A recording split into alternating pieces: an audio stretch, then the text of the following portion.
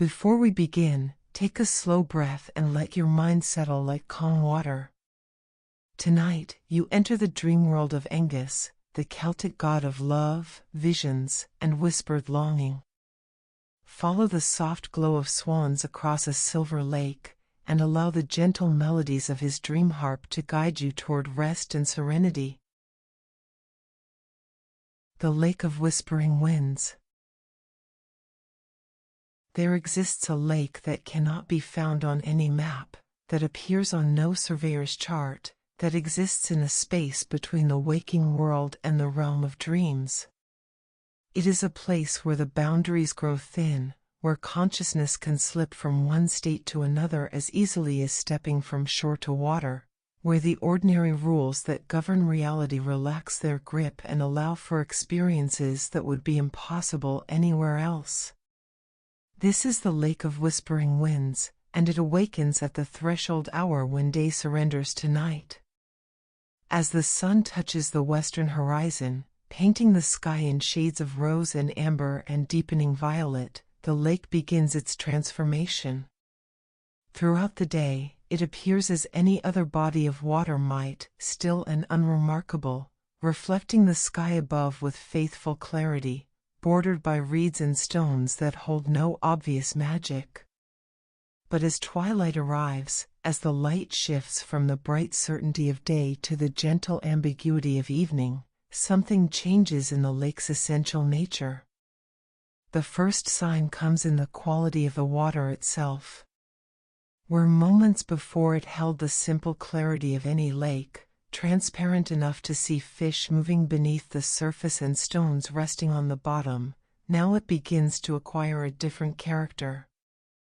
The transparency remains, but it becomes layered, complex, as if the water contains not just depth but dimensions, as if one could peer into it and see not just what lies below but what lies beyond, visions and possibilities, memories and dreams, truths that exist in realms adjacent to the physical world. The surface grows impossibly still. Not the stillness of stagnant water, but the profound quiet of perfect balance, of tensions held in such exquisite equilibrium that not even the faintest ripple disturbs the mirror-smooth expanse. It is a stillness that invites contemplation, that draws the eye and holds it, that creates a space where thought can settle and awareness can expand beyond its usual boundaries. As the twilight deepens, the lake begins to shimmer. It is subtle at first, a barely perceptible play of light across the surface, as if tiny stars are being born in the water itself, winking into existence for a moment before fading back into darkness. But the shimmering increases, grows more pronounced, until the entire surface of the lake appears to be moving with inner light, pulsing with a gentle rhythm that matches no earthly heartbeat but feels somehow familiar nonetheless, as if it resonates with some deeper pulse that underlies all existence. The shimmer is not uniform.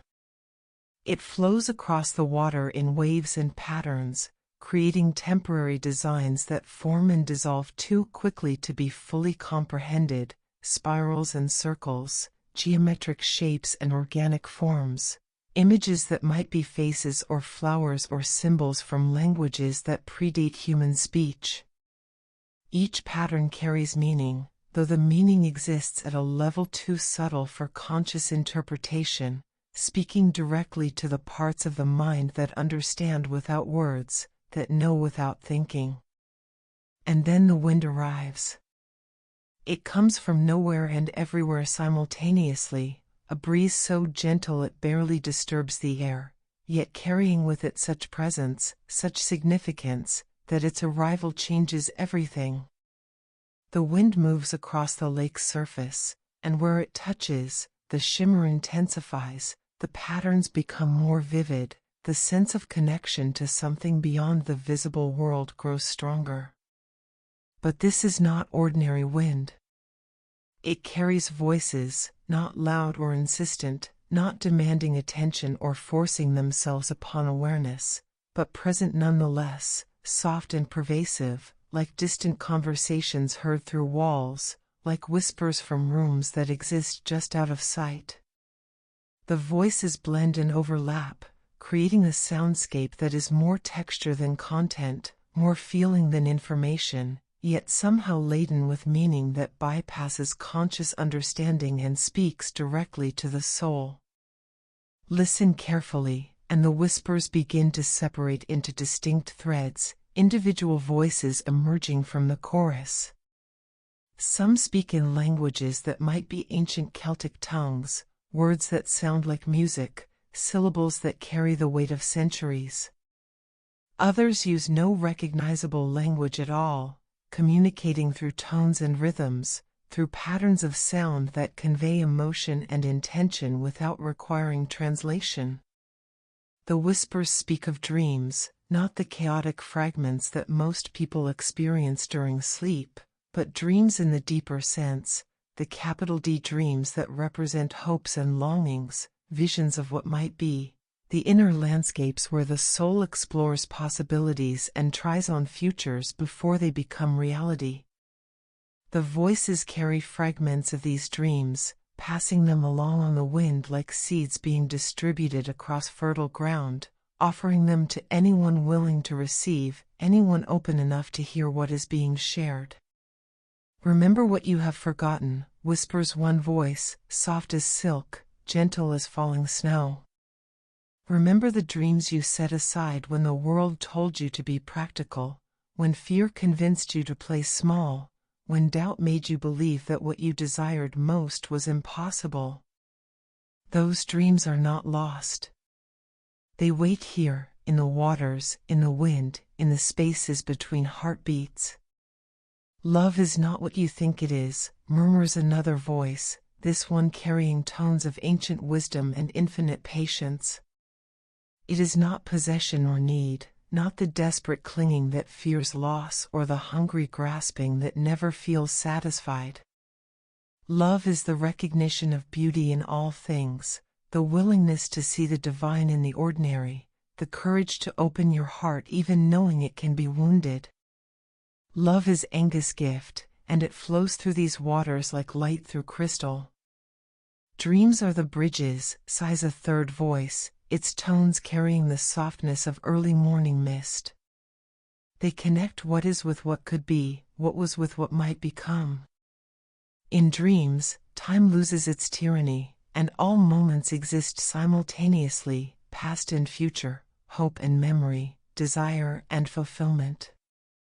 To enter the dream world is to step outside the linear progression that governs waking life, to exist in a space where all possibilities remain open, where nothing is yet fixed, where transformation is not just possible but inevitable.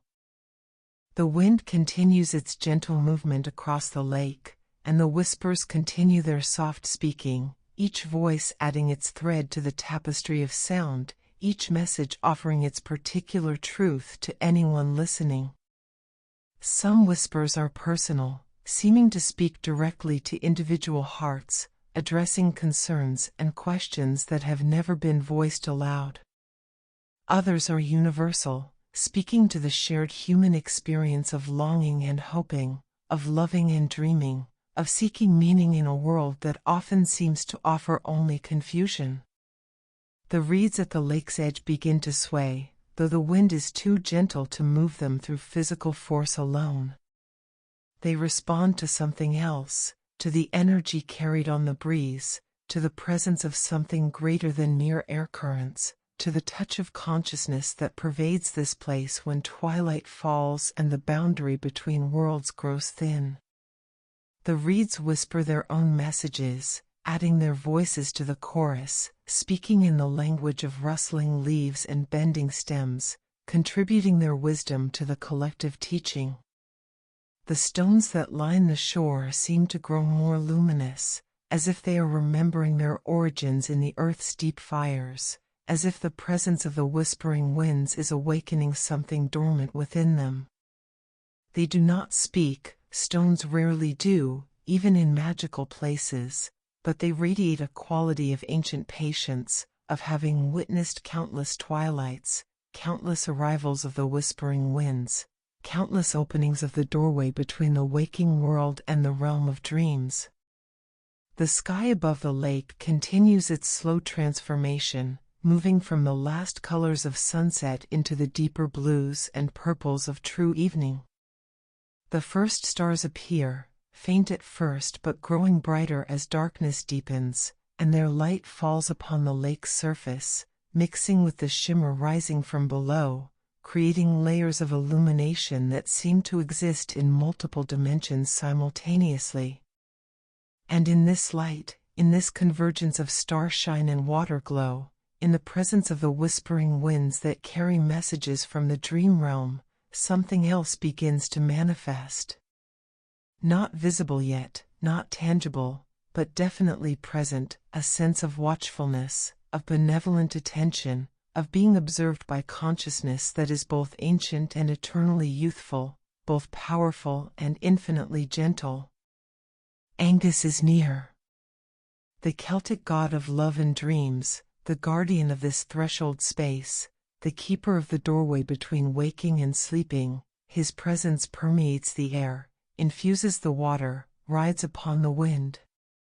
He has not yet revealed himself, not yet taken form that eyes can see or hands can touch, but he is here, watching, waiting, preparing to welcome those who have been called to his realm, those whose hearts are open enough and whose spirits are ready enough to cross the boundary and enter the dream world he protects and nurtures.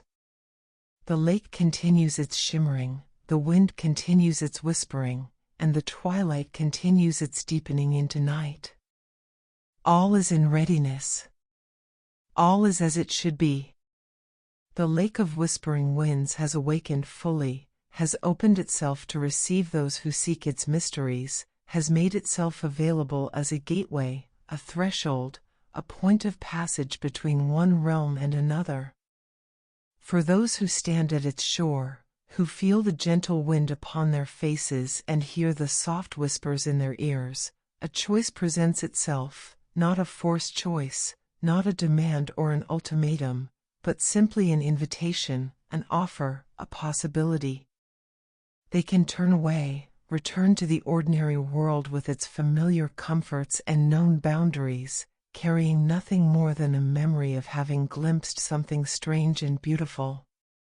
Or they can accept what is being offered, can step forward into the mystery, can allow themselves to be guided deeper into Aengus Dreamworld, following paths that appear only to those willing to walk them, discovering truths that reveal themselves only to those brave enough to seek them. The lake waits with infinite patience. The wind whispers with tireless devotion. And somewhere just beyond the edge of visibility, Aengus watches with eyes full of love and ancient understanding, ready to guide, ready to teach, ready to share the gifts that only dreams can offer, healing and transformation, wisdom and wonder, the remembering of what has been forgotten and the discovery of what was never known but has always been waiting to be found. The lake of whispering winds shimmers in the gathering darkness, and the journey is about to begin. The Swan's Silver Path. As the twilight deepens into the soft embrace of early evening, when the last traces of day's brightness have faded but true darkness has not yet claimed the sky, movement appears on the lake's surface. At first, it is barely perceptible, a disturbance so subtle it might be mistaken for a trick of the fading light, a ripple created by wind or the movement of fish beneath the surface. But gradually, unmistakably, forms emerge from the shimmer and mist that hover above the water. Two swans glide into view, appearing as if they have materialized from the lake itself, as if they are not separate creatures moving across water but extensions of the lake's consciousness, aspects of its magic given temporary physical form.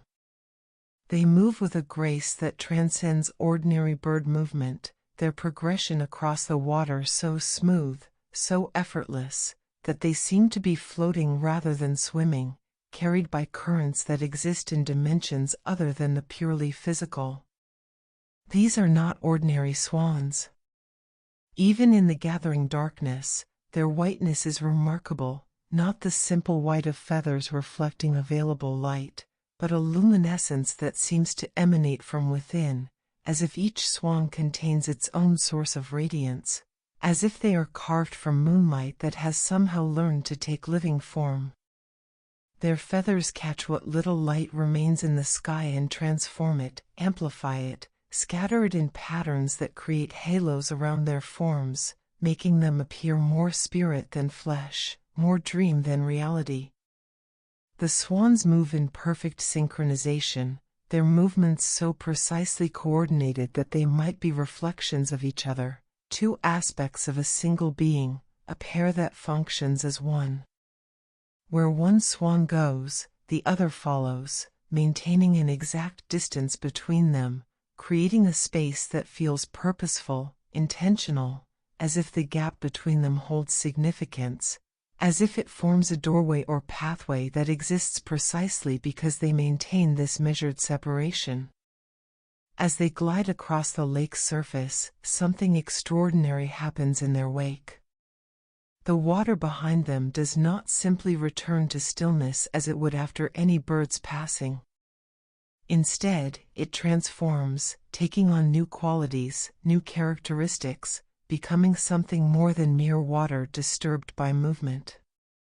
The ripples they create do not spread outward in the usual concentric circles, but form patterns, spirals and curves, geometric designs, and flowing shapes that seem almost deliberate, as if the swans are writing messages in the water, leaving trails of meaning that anyone with eyes to see and hearts to understand can read. But more remarkable still is what happens to these ripples as they spread. They begin to glow, acquiring their own luminescence, transforming from simple disturbances in water into threads of light that float on the surface like silk ribbons laid across dark velvet. The threads shimmer with colors that shift and change, silver predominantly, but shot through with hints of gold and blue and the faintest touches of rose, creating a palette that seems drawn from dawn skies and moonlit clouds, from dreams of beauty that transcend what waking eyes usually perceive. The threads of light do not fade or dissipate as ordinary ripples would. Instead, they remain, floating on the water's surface, accumulating behind the swans as they move, creating a path, a silver path, a luminous trail that marks their passage and simultaneously invites following. The path grows longer with each moment, extending backward from the swans toward the shore where any observer might stand, offering itself as a bridge, as a way forward, as a route that leads from the known world into the mysteries that wait beyond. One of the swans, or perhaps both simultaneously, for their movements remain so perfectly coordinated that distinction becomes meaningless, turns its graceful neck and looks back toward the shore. Its eyes are dark pools that nonetheless seem to contain light, depths that hint at wisdom far beyond what any bird should possess, consciousness that suggests something greater than animal awareness, something closer to divinity than to ordinary nature. The gaze is an invitation. Not spoken, not demanding, not insistent in any way, but unmistakably present nonetheless. The swan is offering guidance, promising safe passage, suggesting that those who wish to venture deeper into Aengus Dreamworld need only step onto the path of light, need only trust these luminous guides, need only surrender to the journey and allow themselves to be led to places that cannot be reached through will or effort but only through acceptance and trust. A soft sound drifts across the water, the swans are singing. It is not the harsh cry that ordinary swans sometimes make, that aggressive honking that speaks of territory and warning. This is different, impossibly different, a sound so pure, so clear, so achingly beautiful that it seems to bypass the ears entirely and resonate directly in the heart, in the soul, In those spaces within consciousness where music and emotion and meaning merge into something that transcends all three. The song is wordless, yet it carries meaning as clearly as any speech. It speaks of safety and welcome, of journeys that lead not to danger but to discovery, of paths that wind through mystery but always with gentle guardianship, with protection offered by those who know these waters intimately, who have guided countless travelers through realms where ordinary maps provide no assistance and common sense offers little guidance. Come, the song seems to say, though no words are actually spoken. Come and follow where we lead. Come and trust the path of light. Come and see what waits beyond the threshold, what dwells in the spaces between waking and dreaming, what Aengus keeps protected in his realm of love and vision and transformation. The silver path stretches from the swans to the shore now, complete and unbroken, a bridge of light floating on water, solid-looking despite its ethereal nature, offering passage to anyone brave enough or trusting enough to step onto it. The threads of light that compose it pulse gently with inner radiance, creating a rhythm that is soothing, hypnotic, drawing the eye and the attention, suggesting that walking upon it would be as easy as walking on solid ground, perhaps easier, perhaps as effortless as floating, as dreaming, as surrendering to currents that know where they are going even when conscious mind does not. The swans continue their gliding movement, heading toward the center of the lake, toward depths where the shimmer is brightest and the whispers are loudest, toward regions where the boundary between worlds grows so thin as to be almost non-existent. They do not look back again, they do not need to.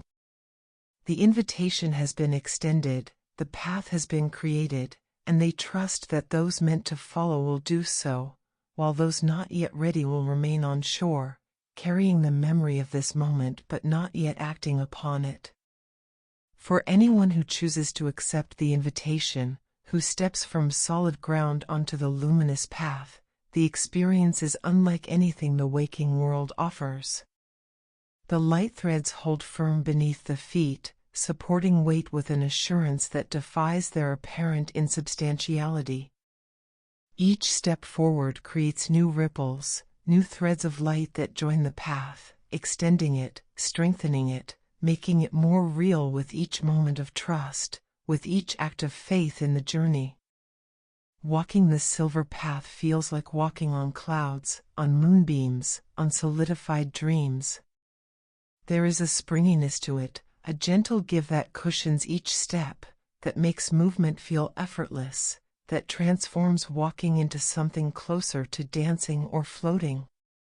The water beneath the light path seems deeper than it should be, as if each step is carrying the traveler not just across distance but across dimensions, not just toward the lake's center but toward other realms entirely, places that exist adjacent to the physical world but are usually inaccessible to waking consciousness. The swans maintain their position ahead, always visible, always clear, serving as constant points of reference, as guides that can be trusted not to lead astray. Their white forms glow against the darkening water, creating beacons that are impossible to lose sight of, landmarks that anchor the journey even as everything else becomes increasingly dreamlike, increasingly fluid, increasingly transformed by the magic that permeates this threshold space. As the traveler moves deeper onto the lake, following the swan's silver path, the sounds from the shore begin to fade. Not abruptly, not as if distance is creating silence, but gradually, gently, as if the ordinary world is releasing its hold, allowing this moment to exist in its own space, free from the intrusions of everyday noise and concern. The whispers carried on the wind grow clearer, more distinct, as if proximity to the swans somehow amplifies the messages from the dream realm, makes them more accessible, easier to perceive and understand.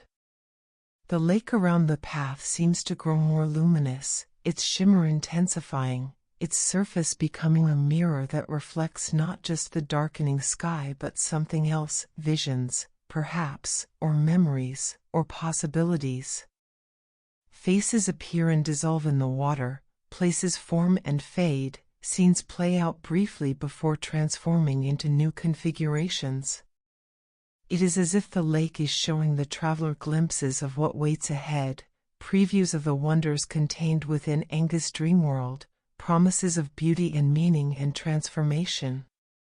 The swan's song continues, weaving through the air like a thread of pure sound, creating a melody that seems both ancient and eternally new, both simple and infinitely complex. It rises and falls in patterns that match no earthly music, that follow rhythms known only to dreams, that express emotions too subtle for ordinary language but perfectly clear to the heart that listens with more than ears. Time becomes uncertain on the silver path. Minutes might be passing, or hours, or perhaps time has ceased to function in its usual linear fashion, allowing this journey to exist in a space where duration loses meaning and only the experience itself matters. The shore recedes behind, growing distant and dreamlike, while the center of the lake draws nearer, becoming more real, more present, more vividly detailed with each step forward. And ahead, where the swans are leading, where the silver path is carrying all who follow, something is beginning to emerge from the mist that hovers above the water.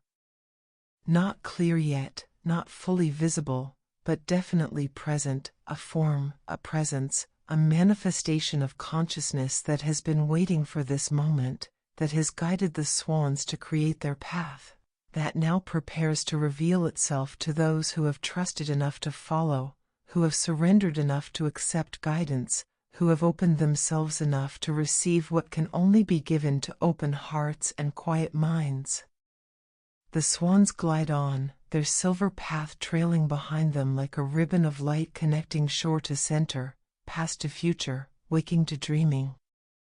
And those who follow discover that with each step, they are becoming lighter, freer, more able to perceive realities that usually remain hidden, more capable of experiencing the magic that Aengus keeps protected in his realm. The journey continues, the swans lead onward, and the dream world opens before them like a flower blooming in fast motion, revealing layer after layer of beauty, meaning, and transformative possibility. The silver path holds firm, the guidance remains steady, and ahead, just ahead now, Aengus himself is beginning to appear, emerging from dawn mist that should not exist at evening, bringing with him the warmth and wonder that only a god of love and dreams can offer to those who seek his blessing. Aengus appears in the dawn mist. At the heart of the lake, where the silver path leads and the swans have guided all who follow, something impossible is happening.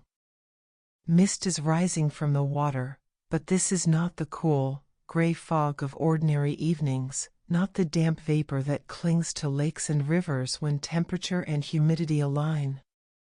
This is dawn mist, carrying within it the colors and qualities of sunrise, pale gold and softest rose, lavender and the gentlest blue, hues that should belong to morning skies but have somehow manifested here, in this evening hour, as if time itself has become fluid, as if Aengus' realm exists outside the usual progression of day into night, as if all hours are simultaneously present in this threshold space between waking and dreaming.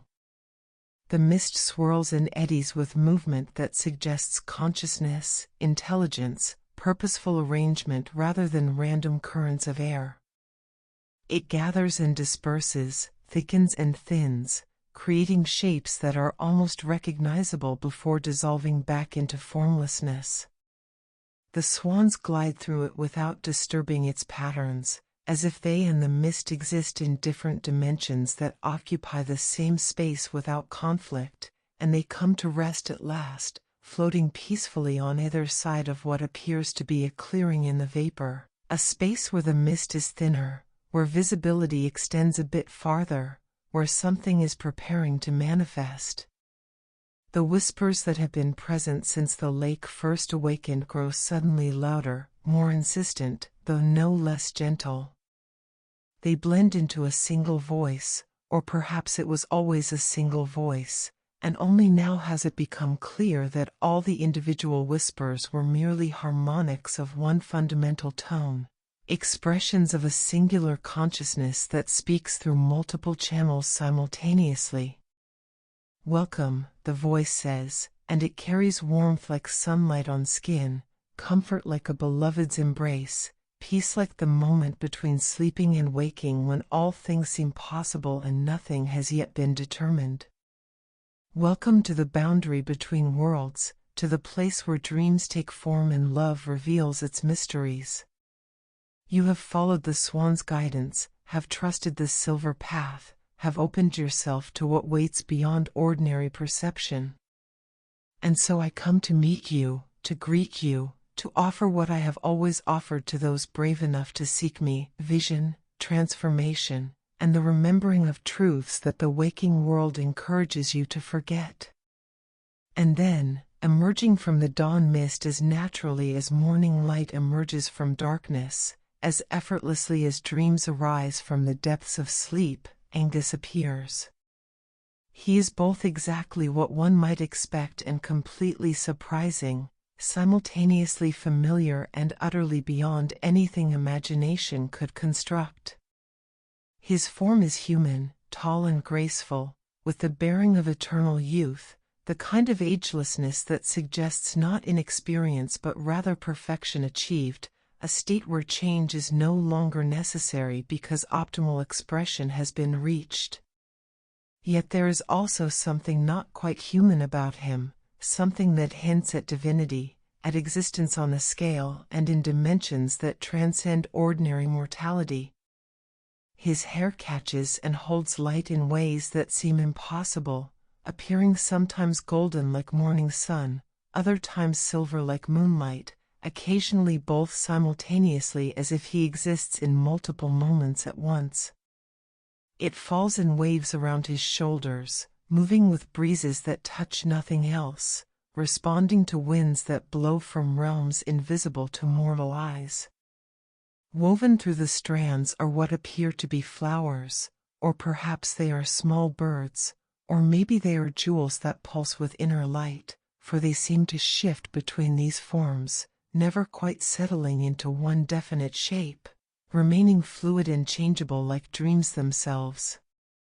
His eyes are perhaps his most remarkable feature, deep and luminous, holding within them a quality of infinite compassion blended with profound understanding, the gaze of someone who has witnessed all the varied expressions of love and longing that mortals experience, who has seen hearts break and heal and break again, who understands that suffering and joy are not opposites but partners in the dance of human existence.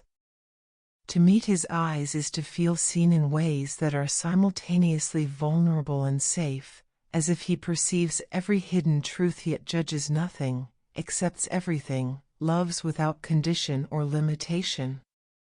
His clothing seems woven from the mist itself, robes that flow around him in colors that shift between dawn hues, never quite solid, never quite transparent, existing in that liminal space where substance and spirit meet. The fabric moves even when he stands still, rippling with invisible currents, creating patterns that suggest meaning without quite spelling it out, hinting at symbols and messages that exist just below the threshold of conscious recognition.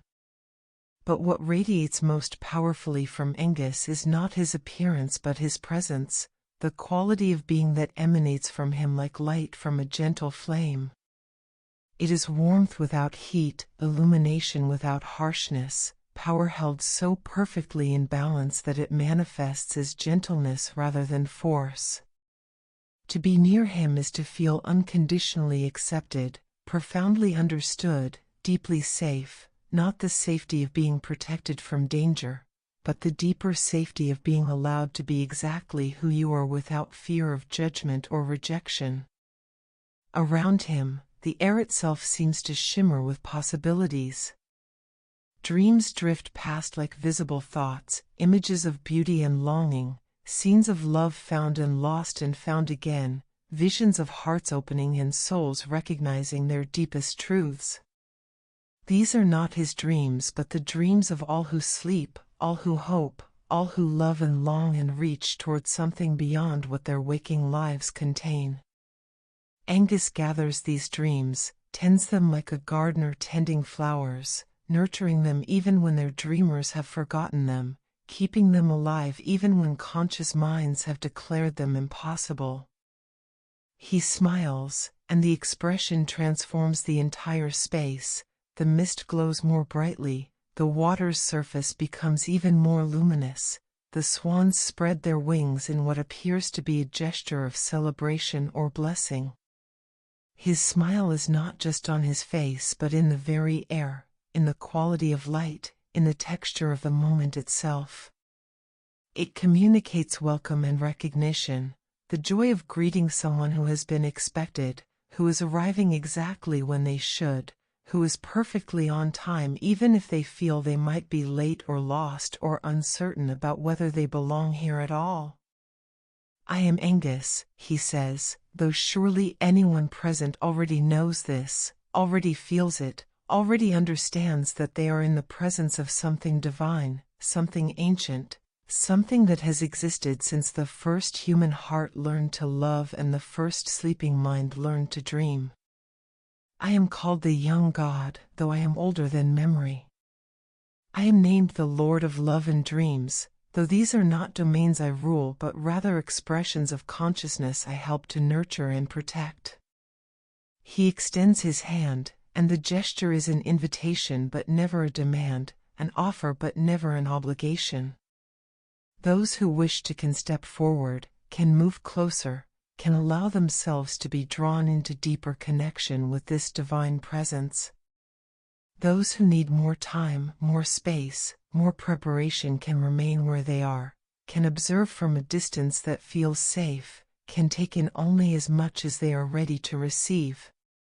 You have come seeking, he continues, his voice carrying the multi-layered quality of wind through trees and water over stones, of music played on instruments that exist only in dreams. Perhaps you know what you seek, or perhaps you only know that something calls you, pulls you toward mystery, toward possibility, toward the hope that there is more to existence than what the ordinary world reveals. This knowing or not knowing, both are welcome here. Both are honored. For the truth is that we often do not know what we need until we find it, do not recognize what we are seeking until it reveals itself to us. He gestures toward the water around them, where the shimmer has intensified until the entire lake seems to be made of liquid light. In my realm, dreams are not the random fragments that scatter upon waking, forgotten before the morning meal is finished. Here, dreams are teachers, guides, doorways into deeper understanding of yourself and the world you inhabit. They show you what your waking mind conceals, reveal truths that conscious thought resists, offer visions of possibility that ordinary logic dismisses as fantasy. The swans, still floating peacefully on either side of where Aengus stands, or appears to stand, for he seems not quite to touch the water's surface, existing perhaps in a space slightly above it or perhaps in a dimension that intersects with the physical but is not entirely contained by it, begin their singing once more. But now their song harmonizes with his voice, creating a duet or perhaps a trinity of sound, for the wind too adds its whispers, and all three blend into a symphony that needs no instruments, no score, no conductor beyond the natural harmony that emerges when love and wisdom and ancient magic combine. I offer you passage deeper into the dream world, Aengus says, and his words carry weight that is not burden but significance, meaning that resonates in places beyond the ears. I offer you visions that may comfort or challenge, that may confirm what you believe or overturn what you have always assumed to be true. I offer you encounters with aspects of yourself that remain hidden in waking life, with potentials that wait for recognition, with truths that can only be perceived when the usual filters of consciousness are softened, when the barriers between what is and what might be become permeable. He pauses, and in that pause, the entire space seems to hold its breath, to wait with anticipation for what comes next. The mist swirls more slowly, the water grows even stiller, the swans cease their movement and float in perfect rest. But know this, Aengus continues, his expression growing more serious though no less gentle, his eyes conveying the importance of what he is about to say. To accept what I offer, to journey deeper into my realm, requires trust. Not blind trust. I do not ask that you surrender your wisdom or ignore your intuition. But trust nonetheless. Trust that you are safe here, that you are welcomed here, that whatever you encounter has been prepared specifically for you, offering exactly what your soul needs at this exact moment in your journey through existence. He lowers his hand and places it over his heart in a gesture that is both personal and universal, both intimate and formal. I am the guardian of this place, the keeper of these mysteries, and I take that responsibility with absolute seriousness. No harm will come to you here. No force will be applied against your will. No truth will be imposed that you are not ready to receive. You have my word, given in the ancient way, bound by the deepest magic. You are under my protection, you are held in my care, and that care will not fail you. The mist begins to shift again, parting to reveal what lies beyond this meeting place, what waits deeper within the dream world. Glimpses appear, a garden of impossible beauty, flowers that glow with inner light, paths that wind through landscapes that defy ordinary geography, spaces that exist simultaneously in multiple times and places, visions that promise wonder and revelation and transformation. Come, Aengus says simply, his smile returning, warm and inviting as sunrise after long night. Come and see what dreams can show you. Come and discover what love teaches when it is freed from fear and possessiveness, when it remembers its true nature as the force that connects all beings, that recognizes divinity in every form, that celebrates existence simply because existence is worthy of celebration.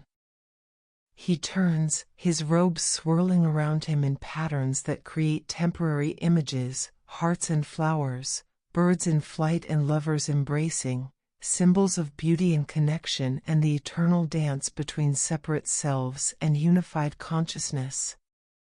The swans glide forward, resuming their position as guides, and the silver path extends onward, leading deeper into the mist, toward the wonders that wait beyond this threshold.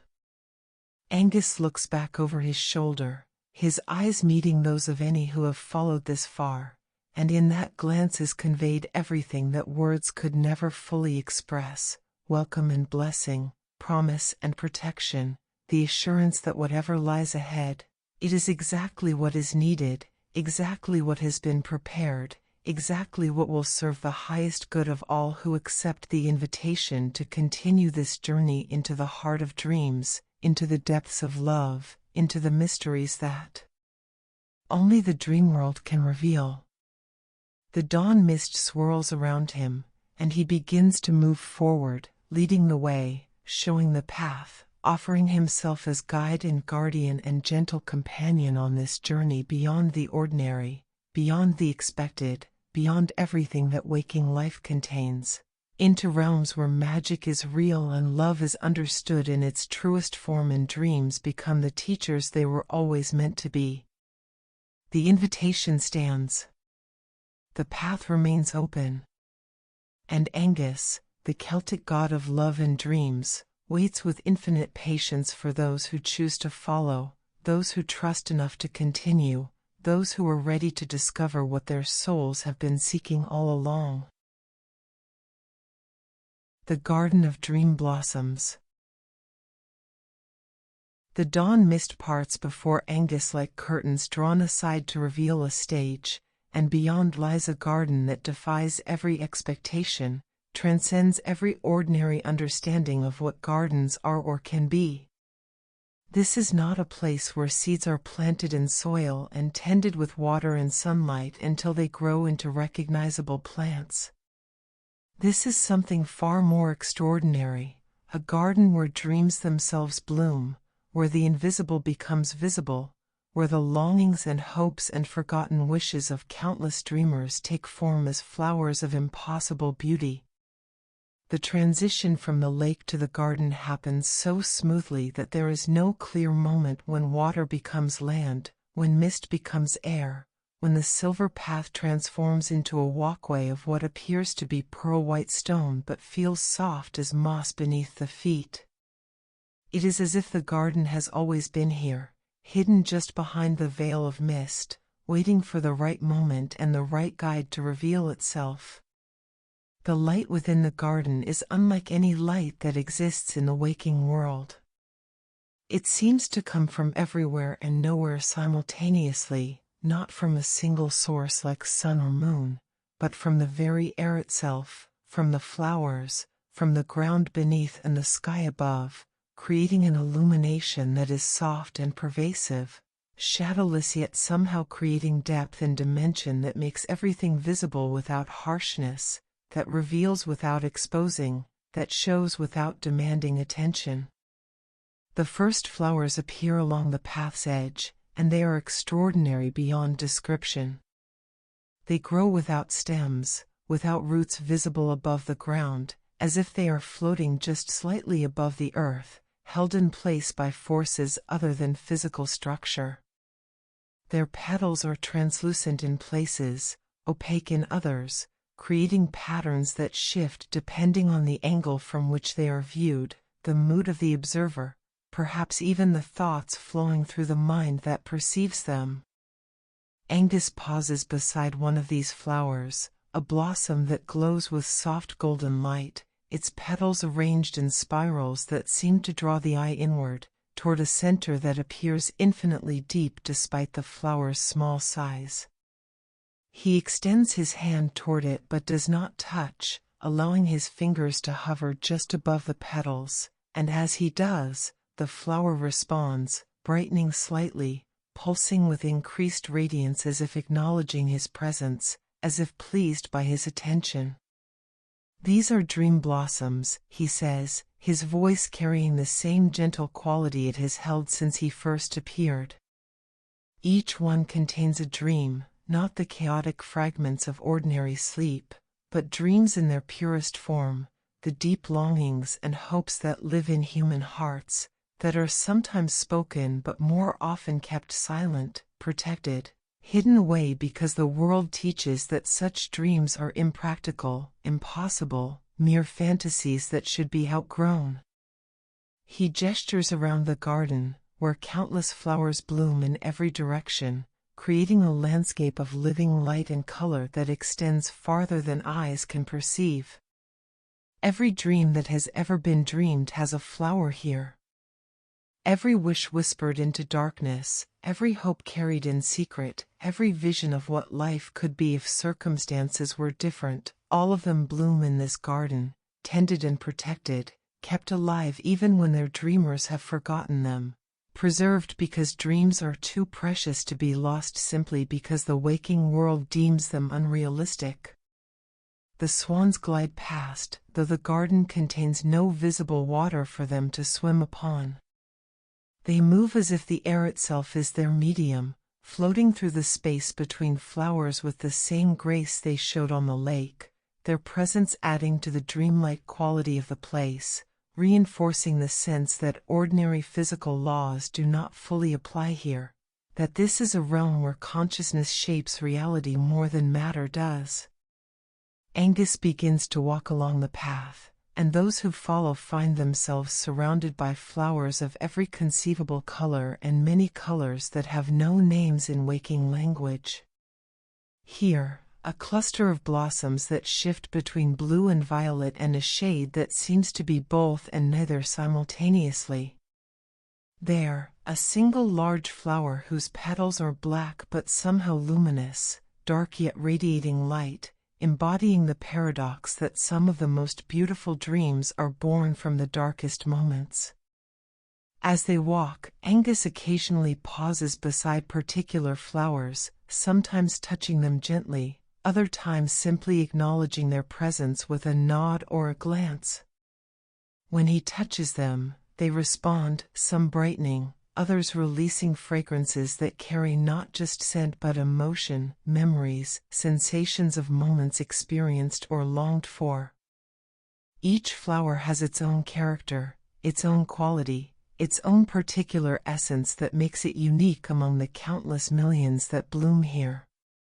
This one, he says, stopping beside a flower whose petals are the pale pink of sunrise clouds, contains a child's dream of becoming a healer, of having hands that could ease pain and bring comfort.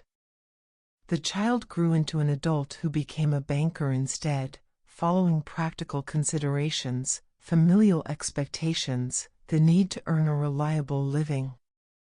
But the dream did not die. It blooms here still, waiting.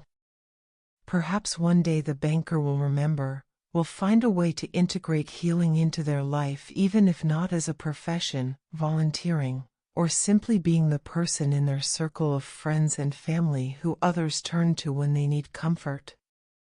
Dreams are patient. They can wait decades for the right moment to resurface.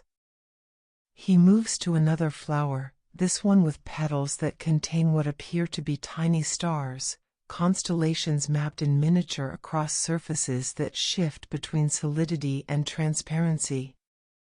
This dream belongs to someone who longed to explore, to travel to distant places, to see wonders beyond the horizon of their small town. Circumstances prevented it, poverty, or family obligations, or illness, or simply the accumulation of responsibilities that crowd out such aspirations. But look, the dream adapted. It found expression through books and films, through conversations with travelers, through the virtual journeys that imagination can take.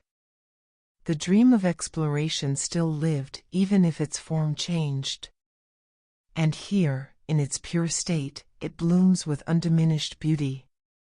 As they walk deeper into the garden, patterns begin to emerge in how the flowers are arranged. They grow in clusters that seem to be organized by theme or emotion or the particular quality of longing they represent. Here, a section where all the flowers glow with warm golden light, dreams of love and connection, of finding the one who understands, of belonging and being seen and cherished. There, an area where the blossoms carry cooler tones, dreams of peace and solitude, of finding stillness in a chaotic world, of creating sanctuaries where the soul can rest. One section of the garden is filled with flowers that pulse with vibrant colors, reds and oranges and bright yellows, and these, Aengus explains, contain dreams of creation, of making art or music or literature, of bringing something new into the world, of expressing the inner landscape through external form. These dreamers were told they were not talented enough, not skilled enough, not special enough to create. But the dream persisted anyway, blooming here in defiance of every criticism, every discouragement, every voice that said you cannot, you should not, you will fail. Another section holds flowers of such delicate construction they appear almost to be made of glass or crystal, petals so fine they seem like they might shatter at the slightest touch. These are the most vulnerable dreams, Aengus says quietly, the dreams that were barely formed before being crushed, the wishes whispered once and then forcefully denied, the hopes that lasted only moments before harsh reality intruded. But even these bloom here, given form and substance and protection, allowed to exist fully in this realm even though they barely existed in the waking world. Nothing is too small to matter here, Aengus says, his voice carrying deep conviction. No dream is too modest to be honored, no wish too simple to be preserved. The dream of having a good meal when one is hungry is as valid as the dream of changing the world. The hope for a single kind word matters as much as the hope for great love. In the waking world, dreams are often judged, ranked, deemed more or less worthy. Here, all are equal. All are treasured. They come to a section of the garden where the flowers are still closed, their petals folded tightly, buds that have not yet opened. These, Aengus explains, are dreams that are still forming, wishes that have not yet been fully articulated, longings that exist more as feelings than as clear visions. These belong to children, mostly, or to those who are just beginning to allow themselves to dream again after long periods of resignation or despair. The dreams are not yet ready to bloom, but they will. Everything in its proper time. Everything when the conditions are right. Near the center of the garden stands a tree unlike any that grows in the waking world. Its trunk appears to be made of woven light, its branches spreading wide to create a canopy that seems to hold up the sky itself.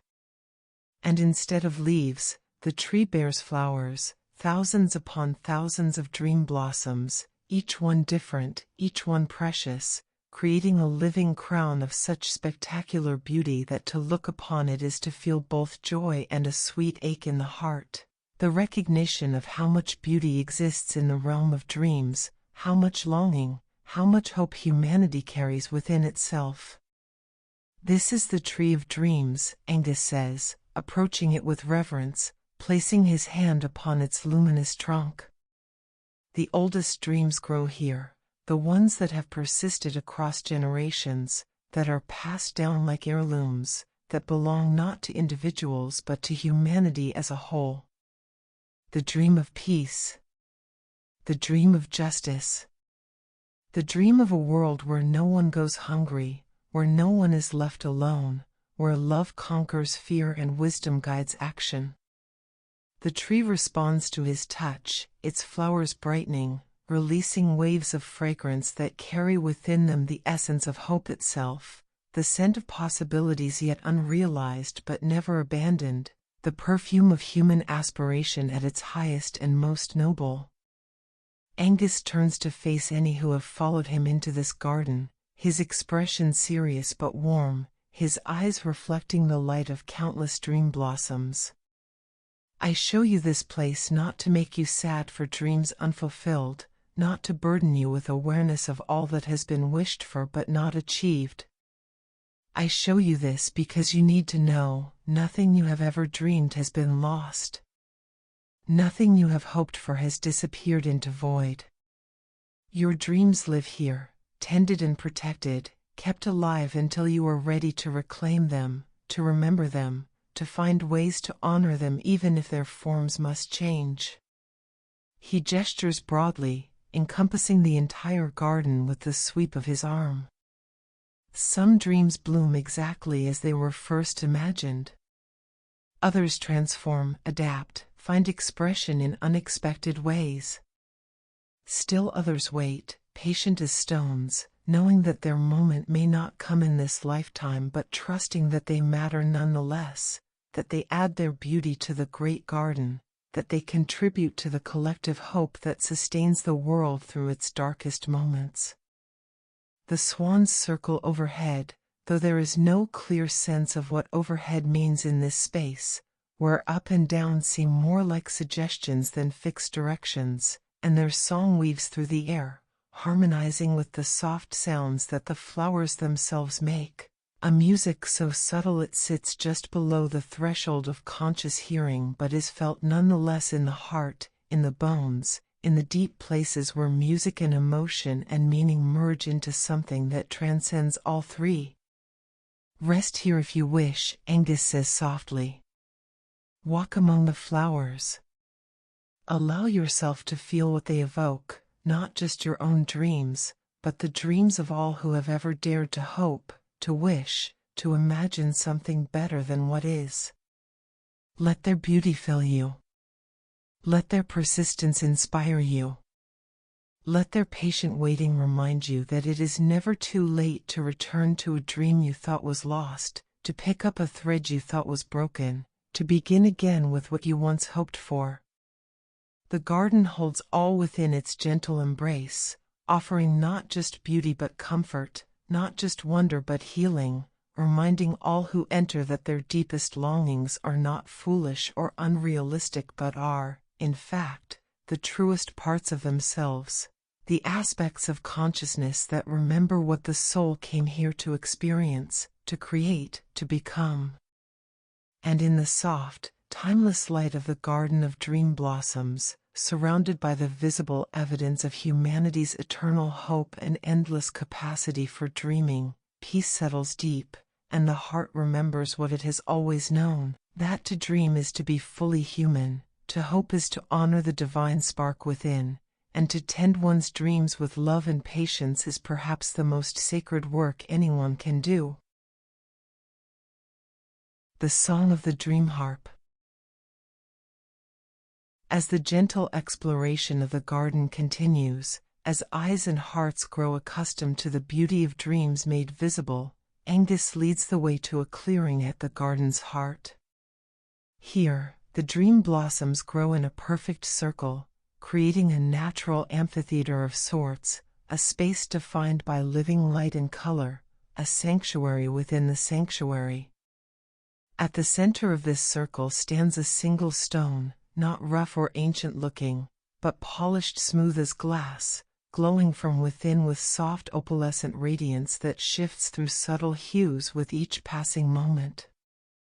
Aengus approaches this stone and reaches behind it, his hand moving through air that seems to shimmer and thicken, as if he is reaching not just through space but through layers of reality, retrieving something from a place adjacent to the visible world. When his hand returns, it holds an instrument that takes the breath away, a harp unlike any that mortal craft has ever produced. The frame of the harp appears to be woven from moonbeams, not metaphorically, but actually, as if Aengus has somehow captured lunar radiance in its solid form and shaped it into graceful curves and supporting structures. The moonbeam frame glows with soft silver light, pulsing gently with an inner rhythm that matches the breathing of anyone who observes it, as if the instrument is alive, conscious, responsive to the presence of those who witness it. The strings are fashioned from golden reeds, and again, these are not ordinary reeds painted or gilded to appear golden, but reeds that have somehow taken on the essential quality of gold while retaining the flexibility and resonance of plant fiber. They catch the light and scatter it in warm patterns, creating small rainbows in the air around the harp, painting the nearby flowers with gentle golden highlights that make them glow even more brightly than before. Aengus settles himself upon the polished stone, the harp resting against his shoulder in a position so natural, so perfect, that it seems he and the instrument are not separate entities but parts of a whole, extensions of each other, partner expressions of a single consciousness. His fingers hover over the strings for a moment, not quite touching, and in that moment of anticipation, the entire garden seems to hold its breath, to wait with eager patience for what is about to come. Music is the language that requires no translation, Aengus says softly, his voice barely above a whisper yet carrying clearly through the circular space. It speaks directly to the soul, bypassing the mind's need to analyze and categorize, touching places within us that words cannot reach, expressing truths that language is too clumsy to convey. The music of dreams is especially powerful, for it carries within it the essence of longing and hope, the frequencies of transformation and healing, the vibrations that can dissolve what has become rigid and soften what has become hardened. His fingers descend to the strings, and the first note emerges into the garden like a drop of water falling into a still pool, pure, clear, perfect in its simplicity. The sound seems to come from everywhere at once, not just from the harp but from the air itself, from the flowers, from the stone beneath Aengus, as if the entire garden has become a resonating chamber, amplifying and enhancing the music, adding its own harmonics to what the strings produce. The note hangs in the air, sustained far longer than physics should allow, gradually fading but never quite disappearing, remaining present as a subtle vibration even as other notes join it. Aengus plays slowly, deliberately, with pauses between notes that are as important as the sounds themselves, creating a melody that is more about space and silence than about the notes that fill them. The music that flows from the Dream-Harp is unlike any earthly melody. It does not follow familiar scales or predictable progressions. Instead, it moves in patterns that seem to mirror the flows of consciousness itself, meandering, doubling back, leaping forward, creating unexpected connections between sounds that should not harmonize but somehow do, finding beauty in combinations that conventional music theory would reject as impossible or wrong. As the melody develops, something extraordinary begins to happen throughout the garden. The dream blossoms respond to the music, their light pulsing in synchronization with the notes, their colors intensifying or softening in harmony with the melody's emotional content. When Aengus plays higher notes, the flowers seem to reach upward, their petals opening more fully, releasing fragrances that carry the essence of joy and uplift. When he descends to lower registers, the flowers settle, their luminescence becoming deeper, more contemplative, emanating the scent of peace and profound rest. The swans, which have been floating peacefully at the clearing's edge, begin to move in slow circles, their movements perfectly synchronized with the rhythm of the music, their white forms creating patterns in space that are themselves a kind of visual music, dance made visible, grace given form.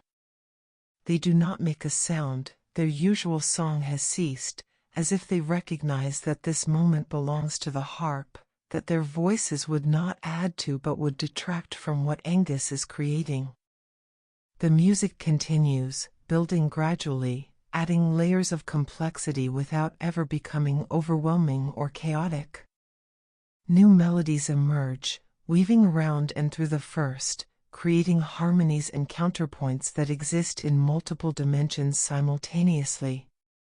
It sounds as if multiple harps are playing, or as if the single harp is somehow producing sounds that belong to different instruments, the deep resonance of bells, the crystalline clarity of chimes, the warm fullness of wooden flutes, all blending into a symphony that should require an orchestra but flows from a single instrument under the guidance of hands that have played these strings since time's beginning.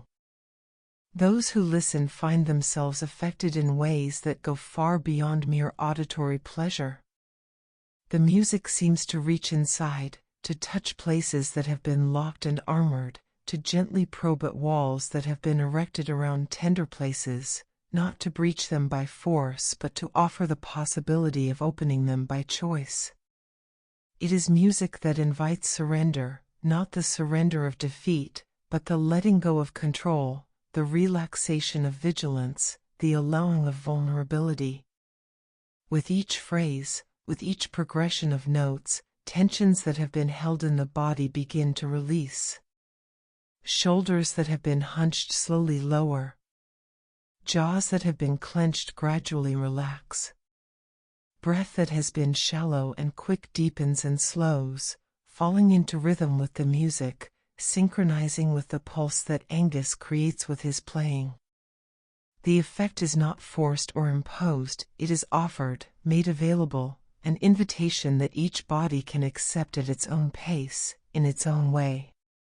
The music carries emotions as well as sound, waves of feeling that wash over listeners without overwhelming them, allowing them to experience and then release, to acknowledge and then let go. A passage of notes might carry gentle sadness, not the devastating grief of loss but the sweet melancholy of remembering beautiful things that have passed, the bittersweet recognition that everything changes, that impermanence is the nature of existence, and that this truth is not terrible but simply is, a fundamental quality of the universe that can be accepted rather than resisted. Another phrase might bring joy, pure, uncomplicated happiness that asks nothing, that comes from nowhere specific, that simply exists as a state of being, a reminder that joy is not dependent on circumstances, that it can arise spontaneously when the heart is open, when awareness is present, when the soul remembers its essential nature as a spark of the divine playing in the realm of form. A third section of the melody might evoke longing, but not the painful longing of lack, not the desperate reaching for what is absent. Rather, it is the sweet longing that recognizes beauty and wants to draw closer to it, the magnetic pull toward love and connection and understanding, the healthy desire that motivates growth and seeking and the continual reaching toward higher expressions of consciousness. As Aengus plays, his eyes are closed, his face serene, his entire being merged with the music he creates. He is not thinking about what notes to play, the music flows through him rather than from him, using his skill and his fingers as channels but originating from some source beyond individual consciousness, some wellspring of creativity that exists in the realm where dreams are born, where inspiration lives, where the muses dwell who have whispered to artists and poets and musicians since humanity first learned to create. The garden itself seems to play along with him, adding its own voices to the symphony. The rustling of leaves creates percussion, gentle rhythms that underscore the melody. The movement of air becomes breath for wind instruments that exist only in this moment, only in this space. Even the silence between notes is musical, filled with resonance and potential, pregnant with the next sound waiting to be born. Time becomes irrelevant during the playing. The music could last for minutes or hours, there is no way to tell, and it does not matter.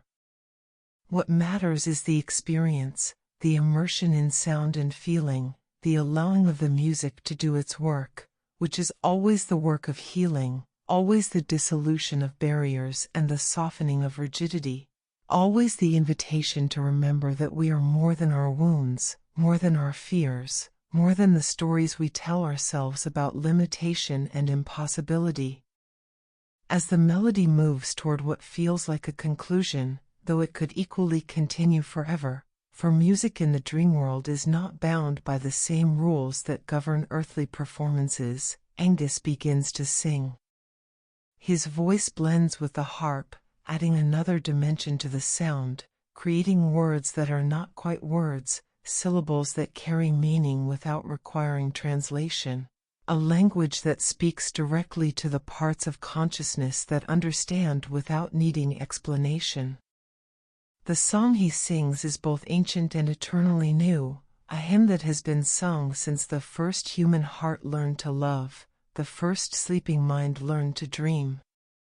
It speaks of the beauty of existence, the wonder of consciousness, the miracle of being alive and aware and able to experience and feel and hope and love. It acknowledges pain without dwelling on it, recognizes sorrow without being consumed by it, holds space for the full spectrum of human experience while gently tilting toward hope, toward healing, toward the remembering of joy. And then, gradually, gently, the music begins to fade. Not stopping abruptly, but dissolving like morning mist touched by sun, becoming quieter, simpler, returning to the single notes with which it began, and finally to silence, though the silence is not empty but full, charged with the residue of beauty, humming with the afterglow of music that continues to resonate even after the sound has ceased. Aengus opens his eyes, and they shine with unshed tears, not of sadness, but of the overwhelming emotion that comes from channeling such beauty, from serving as a vessel for creative force that transcends individual capacity, from touching something so profound and pure that its presence alone is enough to move the heart beyond words. The Dream-Harp sings what hearts cannot say, he whispers, his fingers resting lightly on the strings, which still vibrate faintly with the memory of the music they have carried. It gives voice to the silent longings, expresses the inexpressible, translates the language of the soul into sounds that even the waking mind can understand. This is my gift to you, not just the music you have heard, but the reminder that such music exists, that such beauty is possible, that such healing is available whenever you need it, whenever you remember to listen, whenever you open yourself to receive what the universe is always offering to those who are willing to hear. He stands, the harp seeming to dissolve back into the shimmering air from which it came, and the garden slowly returns to its usual state, though those who have heard the music know they will never perceive it quite the same way again, for something has shifted, something has opened, something has been touched and changed by the song of the Dream-Harp. The swans settle once more at the clearing's edge, and Aengus gestures toward a path that leads onward, deeper into his realm, toward other wonders that wait to be discovered, other gifts that wait to be given. The journey continues, but now with music still resonating in hearts that have been opened, with tensions released and barriers softened, with souls prepared for whatever comes next in this exploration of the dream world and all its mysteries. The River of Unspoken Wishes. Beyond the Garden of Dream Blossoms, the path continues through a landscape that shifts and transforms with each step, as if the dream world is constantly recreating itself, responding to the presence of those who walk through it, adjusting its appearance to reflect the inner states of all who journey here. The air grows cooler, carrying with it the scent of water, not the still water of the lake from which this journey began, but moving water, flowing water, the living current of a river that runs through realms both visible and invisible. The sound of flowing water grows louder, more distinct, until it becomes the dominant sound in this space, a constant gentle rushing that is soothing without being monotonous, present without being intrusive. It is the kind of sound that invites deep listening, that creates a sonic environment where thoughts can settle and the mind can rest, where the usual chatter of mental activity quiets in response to the water's patient, endless flow. And then the path opens onto the riverbank, and the river of unspoken wishes reveals itself in all its mysterious beauty. The river is wider than one might expect, its far bank visible but distant, creating a body of water that is neither small stream nor massive waterway but something perfectly between, large enough to feel significant, intimate enough to remain approachable. The water moves with smooth, unhurried grace, flowing in a direction that seems to be both downhill and level simultaneously, as if gravity operates differently here, as if the water moves not because it must but because it chooses to, following paths of desire rather than paths of necessity. But what makes this river truly extraordinary is what floats upon its surface. Scattered across the water like fallen stars, like luminous petals dropped from invisible flowers, are lights, thousands upon thousands of small, glowing points that drift with the current, each one distinct, each one pulsing with its own particular rhythm, each one carrying its own specific quality of illumination. Some glow steadily, others flicker like candles in gentle breeze. Some burn bright, others shimmer with barely perceptible radiance. Together, they create a river of light, a flowing constellation, a liquid sky where wishes have taken visible form. Aengus leads the way to the water's edge, where smooth stones provide natural seating, perfect places to rest and observe, to watch the endless procession of lights as they float past, carried by currents that know where they need to go even if their destinations cannot be named or predicted. The swans glide onto the river's surface, taking their places among the floating lights, their white forms providing reference points, anchors of solidity in a river that seems more liquid light than liquid water. These are the unspoken wishes, Aengus says softly, gesturing toward the lights that drift past. Not the prayers shouted into storms, not the desires written down and sealed in envelopes, not the hopes announced to friends and family. These are the wishes that remain in hearts, that are whispered only in the deepest silence, that are sometimes not even fully formed into thoughts but exist as feelings, as longings, as the soul's quiet reaching towards something it senses but cannot quite name. He kneels beside the water, extending his hand toward one of the floating lights, a soft blue glow that pulses with gentle rhythm. As his fingers approach it, the light responds, brightening slightly, drifting toward his hand as if drawn by magnetic attraction, as if recognizing his touch as safe, as welcome, as worthy of trust. When his fingertips make contact with it, the light hovers just above his palm, and in that moment, information flows, not as words or images, but as direct knowing, as sudden understanding that arrives complete and whole. This one, he says, his voice carrying tender compassion, belongs to a grandmother who wishes her grandchildren lived closer, who longs to see them more than twice a year, who aches with the desire to be part of their daily lives rather than a distant figure they see on holidays.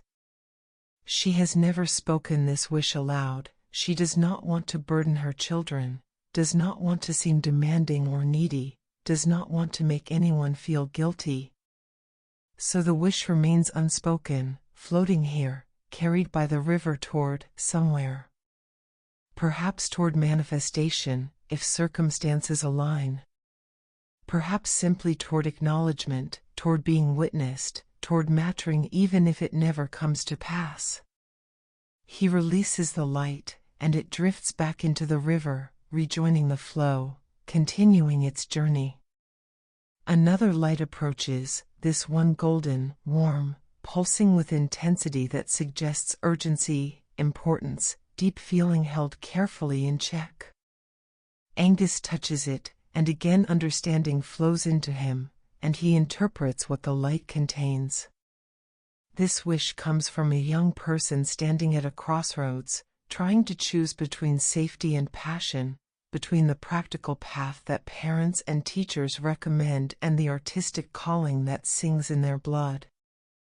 The wish is not for one path or the other to magically become easy, but rather for courage, courage to choose authentically, to honor what feels true rather than what seems sensible, to trust that following the heart's guidance will lead somewhere worth going even if the destination cannot be seen from here. More lights float past, each one a story, each one a yearning, each one a piece of someone's inner landscape made briefly visible, made temporarily tangible. Some are simple, the wish for a good night's sleep, for relief from physical pain, for a sunny day after weeks of rain. Others are complex, layered, wishes tangled with other wishes, desires that contradict each other, longings that cannot all be fulfilled simultaneously yet all exist in the same heart, creating tension and confusion and the particular ache that comes from not knowing what one truly wants or needs. Why do these wishes remain unspoken? Aengus asks, though the question is rhetorical, part of his teaching rather than a genuine inquiry. Why do hearts hold them silent, keep them hidden, refuse to give them voice? He pauses, allowing the question to hang in the air, letting anyone present consider their own answers, their own experience of wishes kept secret, desires never articulated, hopes protected through silence. Sometimes, he continues, his voice gentle with understanding, it is fear of being judged, of being seen as foolish or selfish or unrealistic.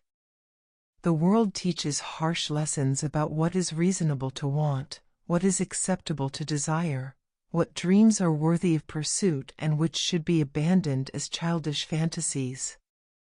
And so we learn to silence certain wishes, to keep them hidden even from ourselves, protecting them from the criticism we anticipate will come if we dare to speak them aloud. Another light drifts close, this one pale green, delicate, trembling as if uncertain of its own right to exist. Aengus touches it with particular tenderness, and his expression softens even further, taking on a quality of profound gentleness. "This wish is barely formed," he says quietly. "It belongs to someone who has been so beaten down by life, so convinced of their own unworthiness, that they can barely allow themselves to hope for anything at all. The wish is simply for kindness, for someone, anyone, to offer them a moment of genuine warmth, to see them as worthy of care, to treat them as if they matter." Such a small wish. Such a devastating commentary on what has been missing from this person's life. He releases the light with a blessing, a whispered prayer in a language older than words, and it continues downstream, carrying with it his intention that it might manifest, that somewhere in the waking world, the person whose wish this is might receive exactly what they long for, might encounter the kindness they so desperately need. The river continues its flow, and Aengus invites those present to sit with him, to watch the procession of wishes, to bear witness to these unspoken longings that float through the dream world like messages in bottles, like prayers released to whatever forces might hear and respond. Some lights move quickly, caught in faster currents, suggesting urgency or intensity of feeling. Others drift slowly, languorously, as if they are in no hurry to reach any destination, content simply to exist, to float, to be held by the water's patient embrace. "Every wish matters," Aengus says, his voice blending with the sound of flowing water, becoming part of the river's song. "Every longing has value.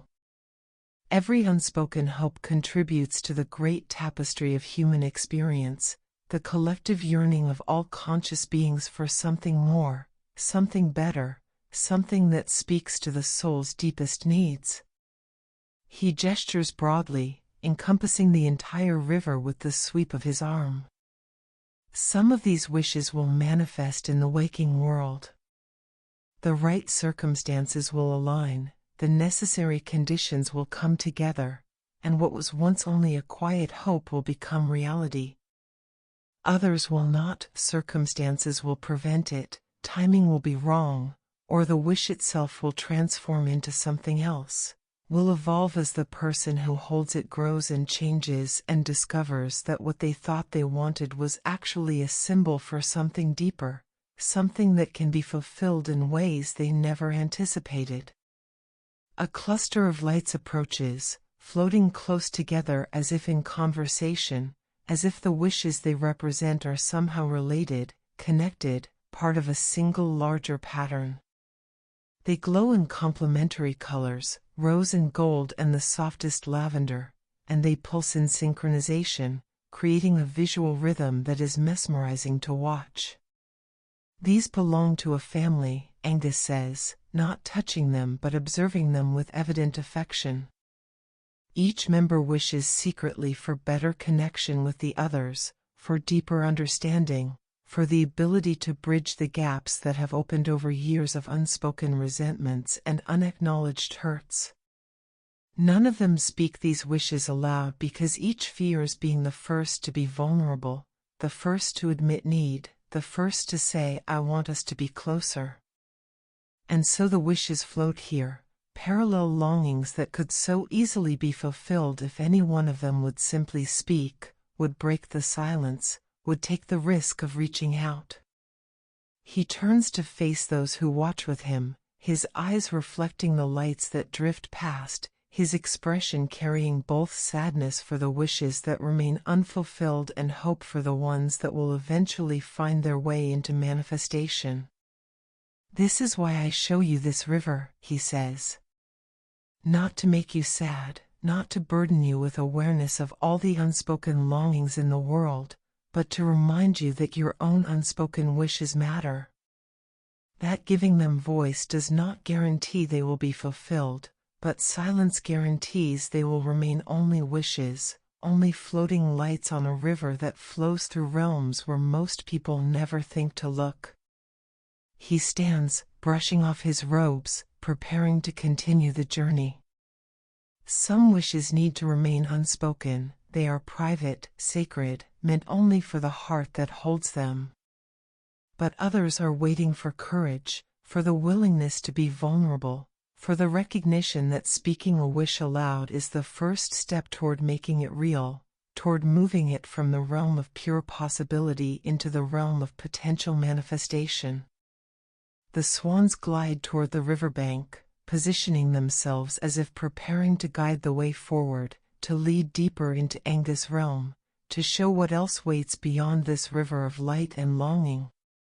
But before they move on, Aengus kneels once more beside the water, dipping his hand into the flow, cupping some of the liquid light and bringing it to his lips, drinking it as one might drink water.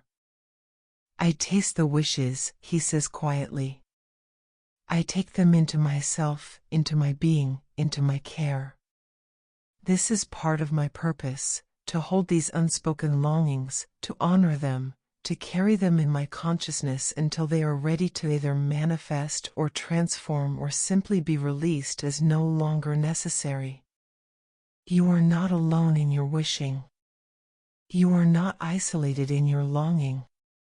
The river flows through all hearts, and every wish that floats upon it is connected to every other wish, part of the great current of hope that sustains the world through even its darkest moments. He rises, and the lights on the river seem to brighten in response, as if grateful for his attention, as if honored by his acknowledgement. The flowing continues, endless and patient, carrying its cargo of unspoken dreams toward destinations known only to the river itself, toward futures that may or may not include their fulfillment but will certainly include their witnessing, their maturing, their contribution to the beauty and meaning of existence. The path beckons onward, and Aengus moves to follow it, the swans gliding ahead, leading the way toward what comes next. Behind them, the river of unspoken wishes flows on, its lights drifting and pulsing, its currents carrying the secret hopes of countless hearts toward whatever awaits them in the mysterious geography of the dream world and the waking world that lies beyond.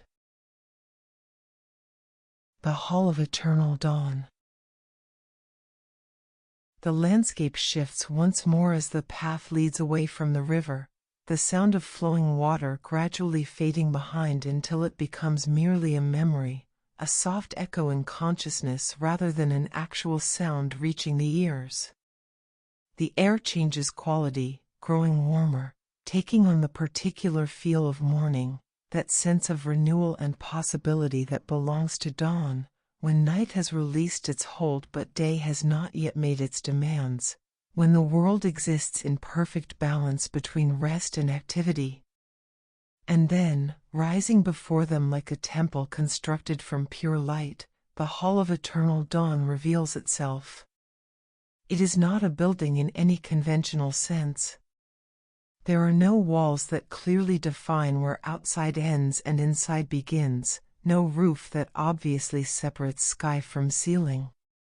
Instead, it is a space carved from radiance, defined by columns of golden light that rise from the ground and disappear into a luminous haze above, creating the suggestion of enclosure without actual barriers, the feeling of shelter without the restriction of walls. The floor appears to be polished stone, but it glows from within, warm and welcoming, reflecting the dawn colors that fill the entire space. The hall is vast yet somehow intimate, able to feel both like a cathedral that could hold thousands and like a small chamber designed for quiet contemplation. The quality of light within it is extraordinary, All the colors of sunrise are present and constantly shifting, creating a perpetual dawn that never progresses into full day. Soft pinks blend into gentle golds, pale blues merge with lavenders and roses, creating a palette that seems designed specifically to soothe the soul, to remind the heart of new beginnings, of fresh starts, of the eternal possibility that each dawn represents. Aengus moves toward the center of the hall, where a raised platform stands, not elevated so much as to create distance or hierarchy, but just enough to mark it as a place of significance, a spot from which wisdom might be shared, where teaching might be offered to all who gather to listen. The swans take their positions at the edges of the space, forming a loose perimeter, their white forms glowing in the dawnlight, serving as witnesses, as presences that anchor the space and hold it sacred. "This is the Hall of Eternal Dawn," Aengus says, his voice carrying easily through the space despite its vastness, resonating in ways that suggest the hall itself is amplifying his words, ensuring they reach all who need to hear them. Here, time stands still, or rather, time holds itself in the moment of greatest promise, the instant when night has ended and day is about to begin, when everything is possible and nothing has yet been determined, when the canvas is blank and ready to receive whatever will be painted upon it. He gestures for all present to come closer, to gather near the platform, to settle themselves comfortably for what is to come. The floor provides natural places to sit, slight depressions in the glowing stone that seem perfectly shaped for human bodies, offering support without rigidity, comfort without softness that might lead to sleep. The temperature is ideal, the air is perfectly still yet fresh, and the quality of light creates an environment that is conducive to deep listening, to open receptivity, to the kind of learning that happens not through intellectual effort but through simple presence and willingness to receive. When all are settled, when stillness has descended and attention has focused, Aengus begins to speak. His words come slowly, with pauses that allow each thought to settle before the next one emerges, creating a rhythm that is meditative, hypnotic, drawing listeners deeper into presence, into the eternal now that this hall represents. "I wish to speak to you of love," he begins, and his voice carries a warmth that seems to embody the very quality he names. Not the love that the waking world often describes, not the possession or the need, not the desperate clinging or the fearful grasping. Not the love that demands or requires or insists. But love in its truest form, love as I have witnessed it across ages, love as it exists in the realm of dreams where all falsehood falls away and only essence remains. He pauses, allowing the words to resonate, allowing hearts to open to receive what he offers. "Love, at its core, is recognition," he continues. "It is the seeing of divinity in another, the acknowledgement of the sacred spark that animates all conscious beings, the moment when your soul looks at another soul and says, 'Yes, I know you, I see you, I honor what you are.' This recognition can happen between lovers, yes, but also between friends, between parent and child, between human and animal, between any two beings who meet with open hearts and willing eyes." The light in the hall seems to pulse gently in time with his words, as if the space itself is responding to what he teaches, as if the eternal dawn recognizes these truths and celebrates them through subtle shifts in illumination and color. "The waking world teaches that love is scarce," Aengus says, his tone carrying gentle disagreement with this notion. "That it must be earned through worthiness, that it can be lost through mistakes, that it exists in limited supply and must be hoarded, protected, defended against those who might take it away. But this understanding is born from fear, and fear is love's opposite, its antithesis, the force that closes what love opens, that contracts what love expands. He moves as he speaks, walking slowly around the platform, his gestures fluid and graceful, his presence radiating the very love he describes, demonstrating through his being what words can only approximate. True love is infinite, he says with quiet conviction. It does not diminish when shared but increases. It does not need to be protected but flows freely, trusting that its source is eternal, that there will always be more, that giving it away does not deplete but actually replenishes. When you love one person, you do not have less love available for others, you have more, because the act of loving opens channels within you, creates pathways through which love can flow, and these pathways remain open, ready to carry love toward anyone and anything you choose to direct it toward. A long pause follows, during which the only sound is the gentle breathing of those present, the soft rustle of the swan's feathers as they settle more deeply into their resting positions, the almost imperceptible hum that the hall itself seems to emit, a frequency just below audible sound that resonates in the chest, in the heart, in the deep places where truth is recognized without needing proof or explanation. Love and longing are often confused, Aengus continues, his voice taking on a teaching quality, the tone of one who has observed this confusion countless times and wishes to offer clarity. Longing is the reaching toward what is absent, the ache for what is missing, the hunger for what we do not have.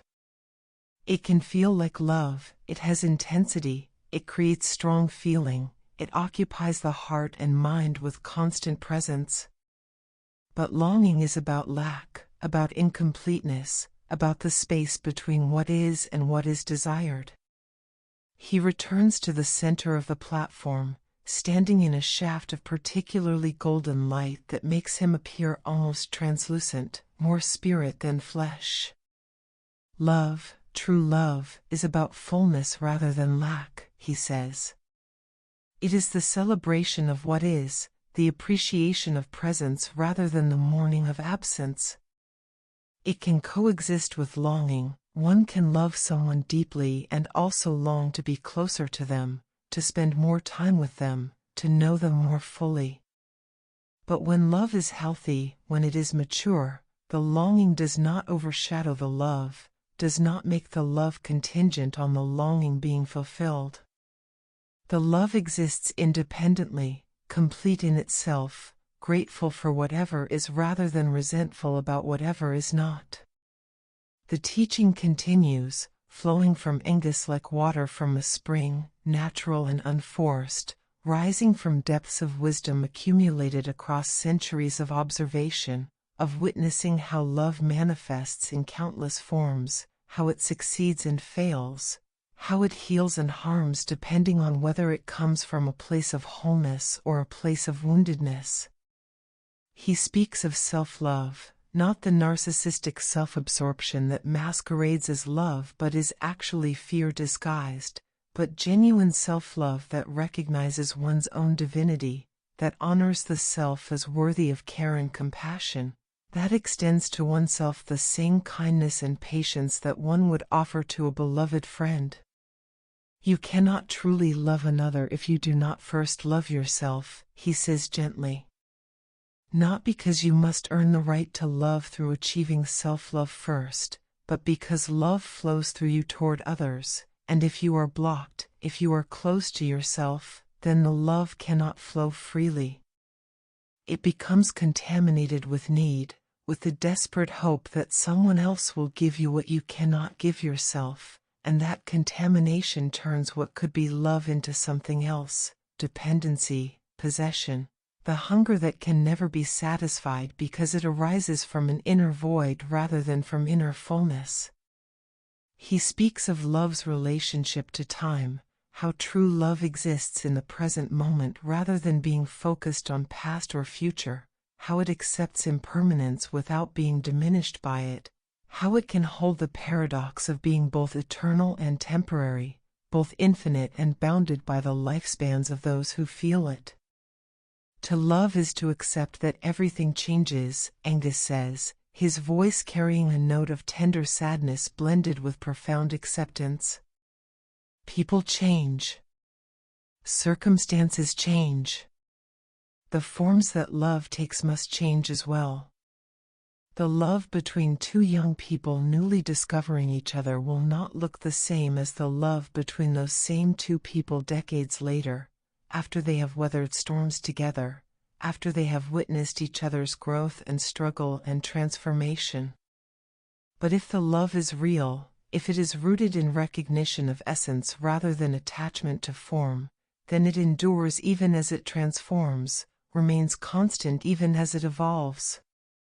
The light in the hall has been gradually, almost imperceptibly, growing brighter, warmer, more intense, as if the eternal dawn is slowly progressing toward the fullness of day even though it never actually arrives there, maintaining its state of perpetual beginning, of constant fresh start. Aengus speaks of dreams then, weaving together the themes of love and dreaming, showing how they are intimately connected, how they arise from the same source within the human spirit. Dreams are the soul's way of processing what the waking mind cannot hold, he says. They are the language in which the unconscious speaks to consciousness, offering messages that bypass the usual filters, the usual defenses, the usual insistence on logic and reason. In dreams, impossible things become possible. In dreams, the heart's truths reveal themselves without the disguises they must wear in waking life. He describes how dreams can heal, how they allow the psyche to work through traumas and conflicts that are too overwhelming to face directly, how they provide safe spaces where the wounded parts of the self can emerge and be witnessed and be held in compassion without the fear that governs so much of waking existence. This is why I guard the dream world, he says, his expression serious, his commitment evident. Because it is sacred space, because it provides what the waking world cannot, because here the soul can be fully itself without fear of judgment or rejection, because here transformation happens at speeds that would be impossible in the slower-moving realm of ordinary life. He speaks finally of the healing power that exists at the intersection of love and dreams, how the two together create possibilities for transformation that neither could achieve alone, how dreaming with love as one's foundation allows the deepest healing, how loving while remaining connected to one's dreams prevents the hardening and closing that so often happens when people abandon their visions and settle for less than their souls require. When you love from wholeness and dream from courage, Aengus says, his words carrying the weight of final wisdom, of teaching that summarizes and encompasses all that has come before, you become a force for healing not just in your own life but in the world around you.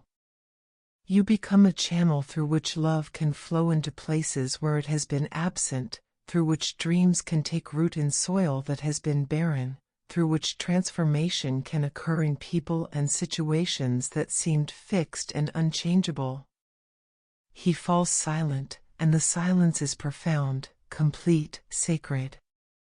The hall holds it gently, allowing it to extend, to deepen, to become a space in which the teachings can settle, can move from the mind into the heart, from intellectual understanding into embodied knowing.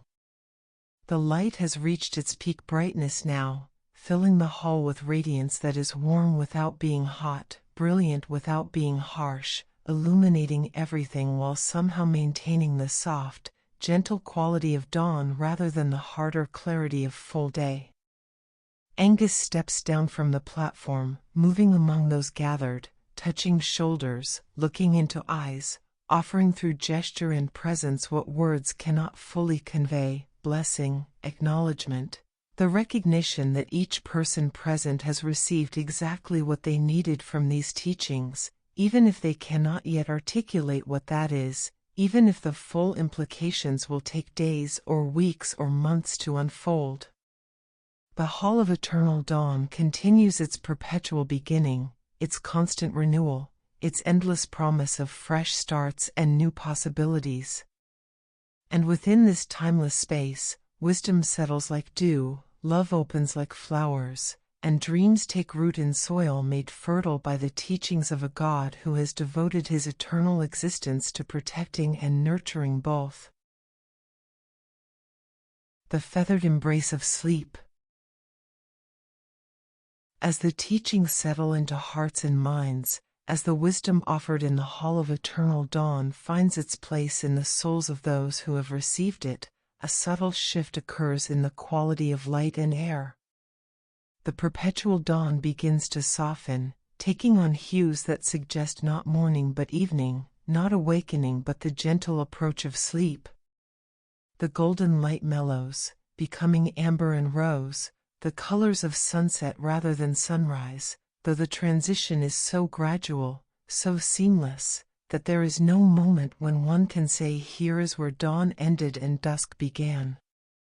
Aengus' expression changes, taking on a quality of tender concern, the look of someone preparing to offer a final gift, a last blessing before a necessary parting.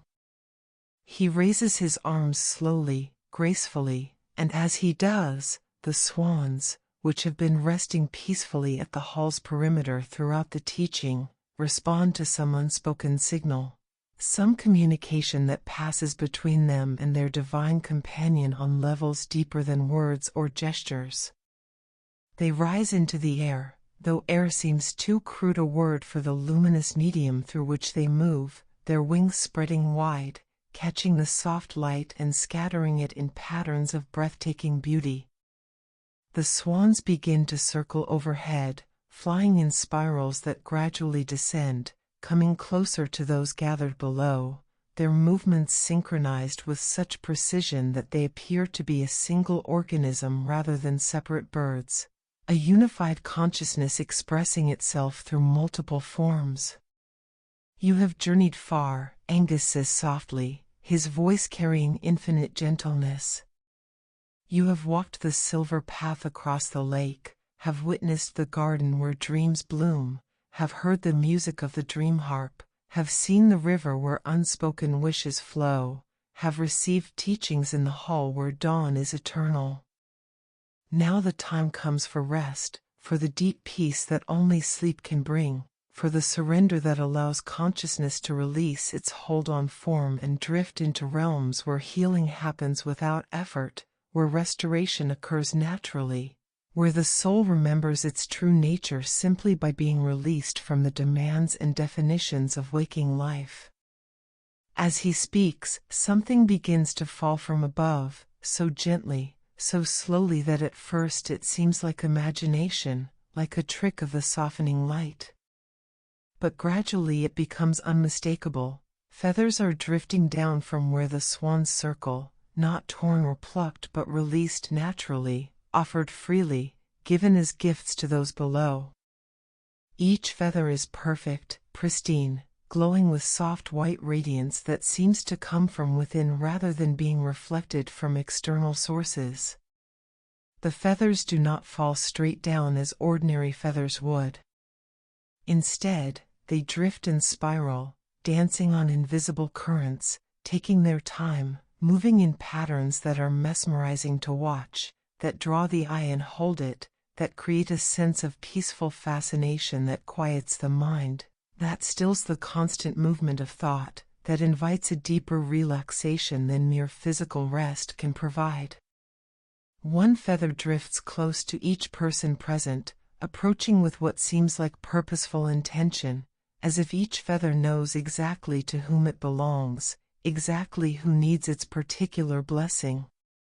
When the feathers make contact, touching a shoulder, settling on a lap, coming to rest against a hand, their touch is incredibly soft, impossibly light, creating a sensation that is both physical and somehow more than physical, a feeling that resonates not just in the body but in the subtle energy fields that surround and interpenetrate physical form. These are not ordinary feathers, Aengus says, watching as each person receives their gift. They carry within them the essence of peace, the quality of deep rest, the particular frequency that invites consciousness to release its grip on wakefulness and drift into the healing darkness of true sleep. They are woven from the same substance as the swans themselves, which means they are made partly of dream stuff, partly of lunar magic, partly of pure love given form. To receive them is to be blessed, to be held, to be assured that your rest will be protected, your sleep will be peaceful, your dreams will serve your highest good. More feathers continue to fall, accumulating around those gathered, creating soft piles of white radiance, building up like gentle snow that carries no cold, only warmth, only comfort, only the promise of rest earned and deserved. Some people reach out to touch the feathers, marveling at their texture, softer than silk, lighter than thought, yet somehow substantial, real, tangible proof that what has been experienced in this dream world is not mere imagination but something more. Something that has weight and meaning and the power to effect change in both dreaming and waking states. The swans descend lower, their circles tightening, coming closer and closer to those below until they are flying just overhead, their wing beats creating gentle currents of air that carry the scent of night-blooming flowers and fresh water, of peaceful gardens and quiet lakes, of all the places where rest comes naturally, where sleep arrives without struggle, where consciousness surrenders willingly to the darkness that holds no threat, only restoration. Allow the feathers to embrace you, Aengus suggests, his voice dropping to barely above a whisper, becoming itself a lullaby, an invitation to let go. Do not resist their touch. Do not hold yourself separate from what they offer. They wish only to wrap you in comfort, to cocoon you in peace, to create around you a space where all tension can release, where all worry can dissolve, where the constant vigilance that waking life requires can finally, safely, completely relax. And as if responding to his words, the feathers begin to multiply, not through any visible process, not splitting or reproducing in any way that eyes can track, but simply becoming more numerous, as if the swans are releasing not just individual feathers but entire wings' worth, entire bodies' worth, an impossible abundance of soft white blessing that continues to drift down and down and down.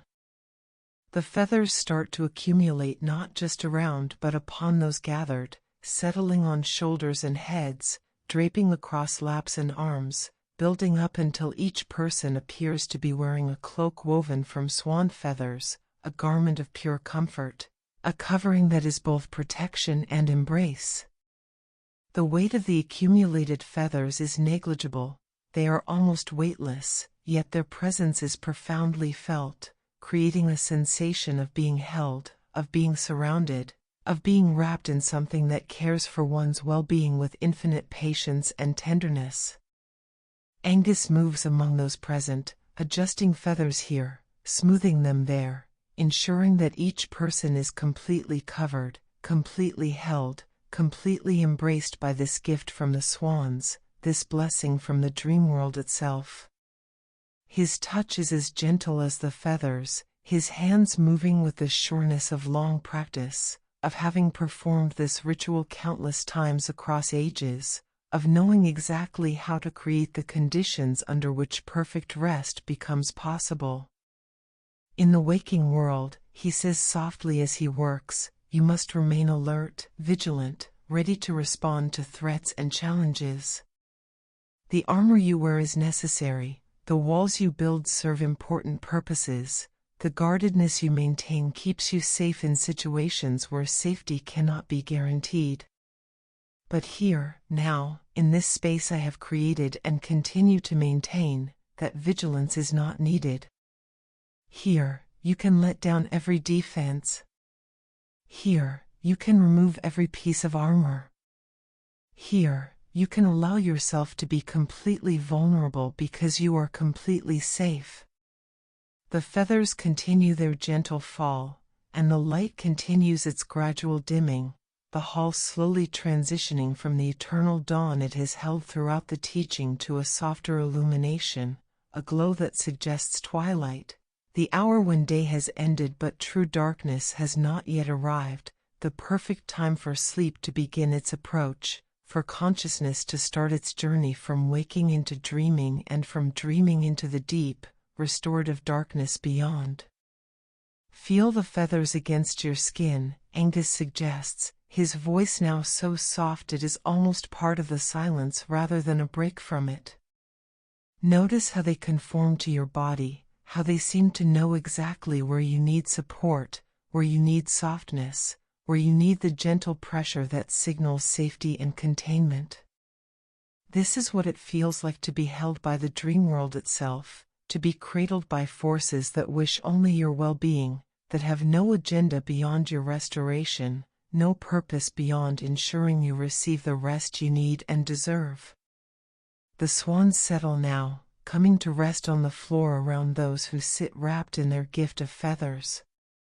They fold their wings, tuck their heads, become themselves examples of perfect rest, demonstrating through their stillness what complete relaxation looks like, what surrender to sleep entails.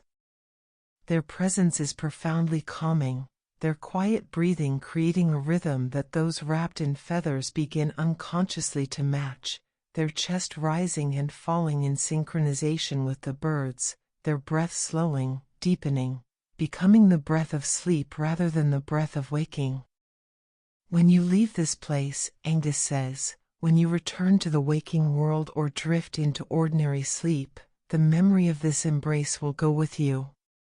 The feathers themselves may not accompany you in physical form, or perhaps they will, for the boundary between dreaming and waking is more permeable than most believe, but the feeling they create, the peace they offer, the sense of being held and protected and deeply loved, that will remain. That is the true gift, the lasting blessing, not the feathers themselves but what they represent, what they remind you is possible, what they prove exists even in a world that often seems to have forgotten how to offer such comfort. He kneels now, bringing himself to the same level as those seated, wrapped in their cocoons of swan feathers, his eyes meeting theirs with a gaze that conveys everything words could never fully express, gratitude for their presence, blessing for their journey, assurance that they have been changed by what they have experienced, that they carry something precious back with them, that they will never be quite the same as they were before entering his realm.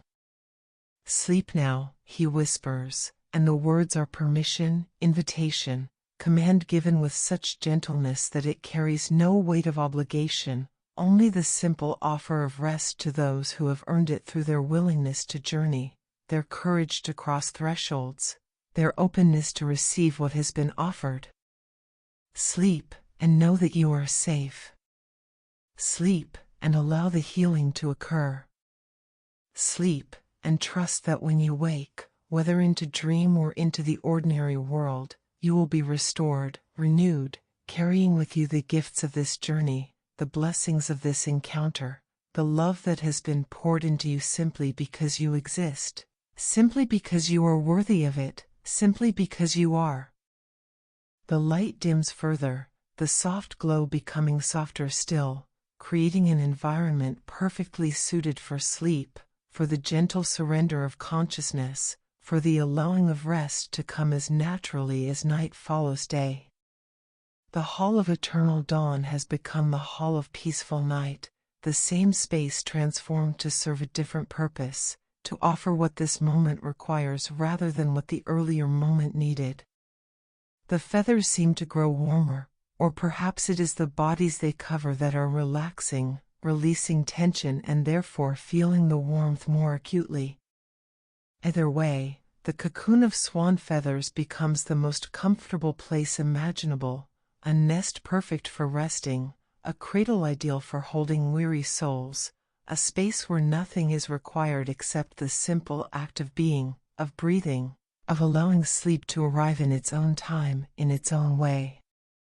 Aengus rises one final time, moving to the center of the hall, raising his arms once more toward the swans that rest peacefully around the perimeter. He speaks words in the ancient language, the tongue older than human speech, offering gratitude to the birds for their gift, honoring their sacrifice, acknowledging the blessing they have provided. The swans respond with soft sounds, gentle murmurs that are not quite singing, not quite speaking, but some perfect blend of both. And then, slowly, naturally, those wrapped in feathers begin to drift, not moving physically, but their consciousness begins its journey away from full wakefulness, toward the threshold of sleep, toward the place where dreams wait to greet them, where rest waits to restore them, where the deepest healing happens in the darkness that is not absence of light but rather a different kind of presence, a darkness that holds and protects and allows the soul to remember its nature as something infinite, eternal, connected to all that is. The feathered embrace holds them gently as they drift, keeping them safe as they surrender, assuring them without words that this letting go is not loss but liberation, not ending but transformation, not death of consciousness but its temporary dissolution into something larger, something that will return them renewed, refreshed, ready to continue their journey through existence with hearts more open, spirits more peaceful, and the certain knowledge that they are loved beyond measure, held beyond question, and always, always welcome in the dream world where Aengus keeps eternal watch, where swans offer their feathers as gifts, where rest is sacred and sleep is a blessing given freely to all who accept the invitation to close their eyes and drift away into peace. Returning across the dream lake. In the space between sleeping and waking, in that liminal realm where consciousness hovers between states, awareness begins to shift once more. The feathered embrace remains, the warmth, the comfort, the sense of being held and protected, but there is also movement now, gentle and unhurried, as if one is being carried rather than walking, transported rather than traveling through one's own effort. The hall of peaceful night begins to fade, its boundaries growing less distinct, its presence becoming more memory than current reality. The light that has been so soft, so perfectly dim for sleep, starts to change quality, taking on the silvery characteristics of moonlight rather than the amber glow of twilight. The transition is so smooth, so gradual, that there is no jarring moment of displacement, no sudden shift that might break the spell of deep peace that has settled over all who rest within the feathered cocoons.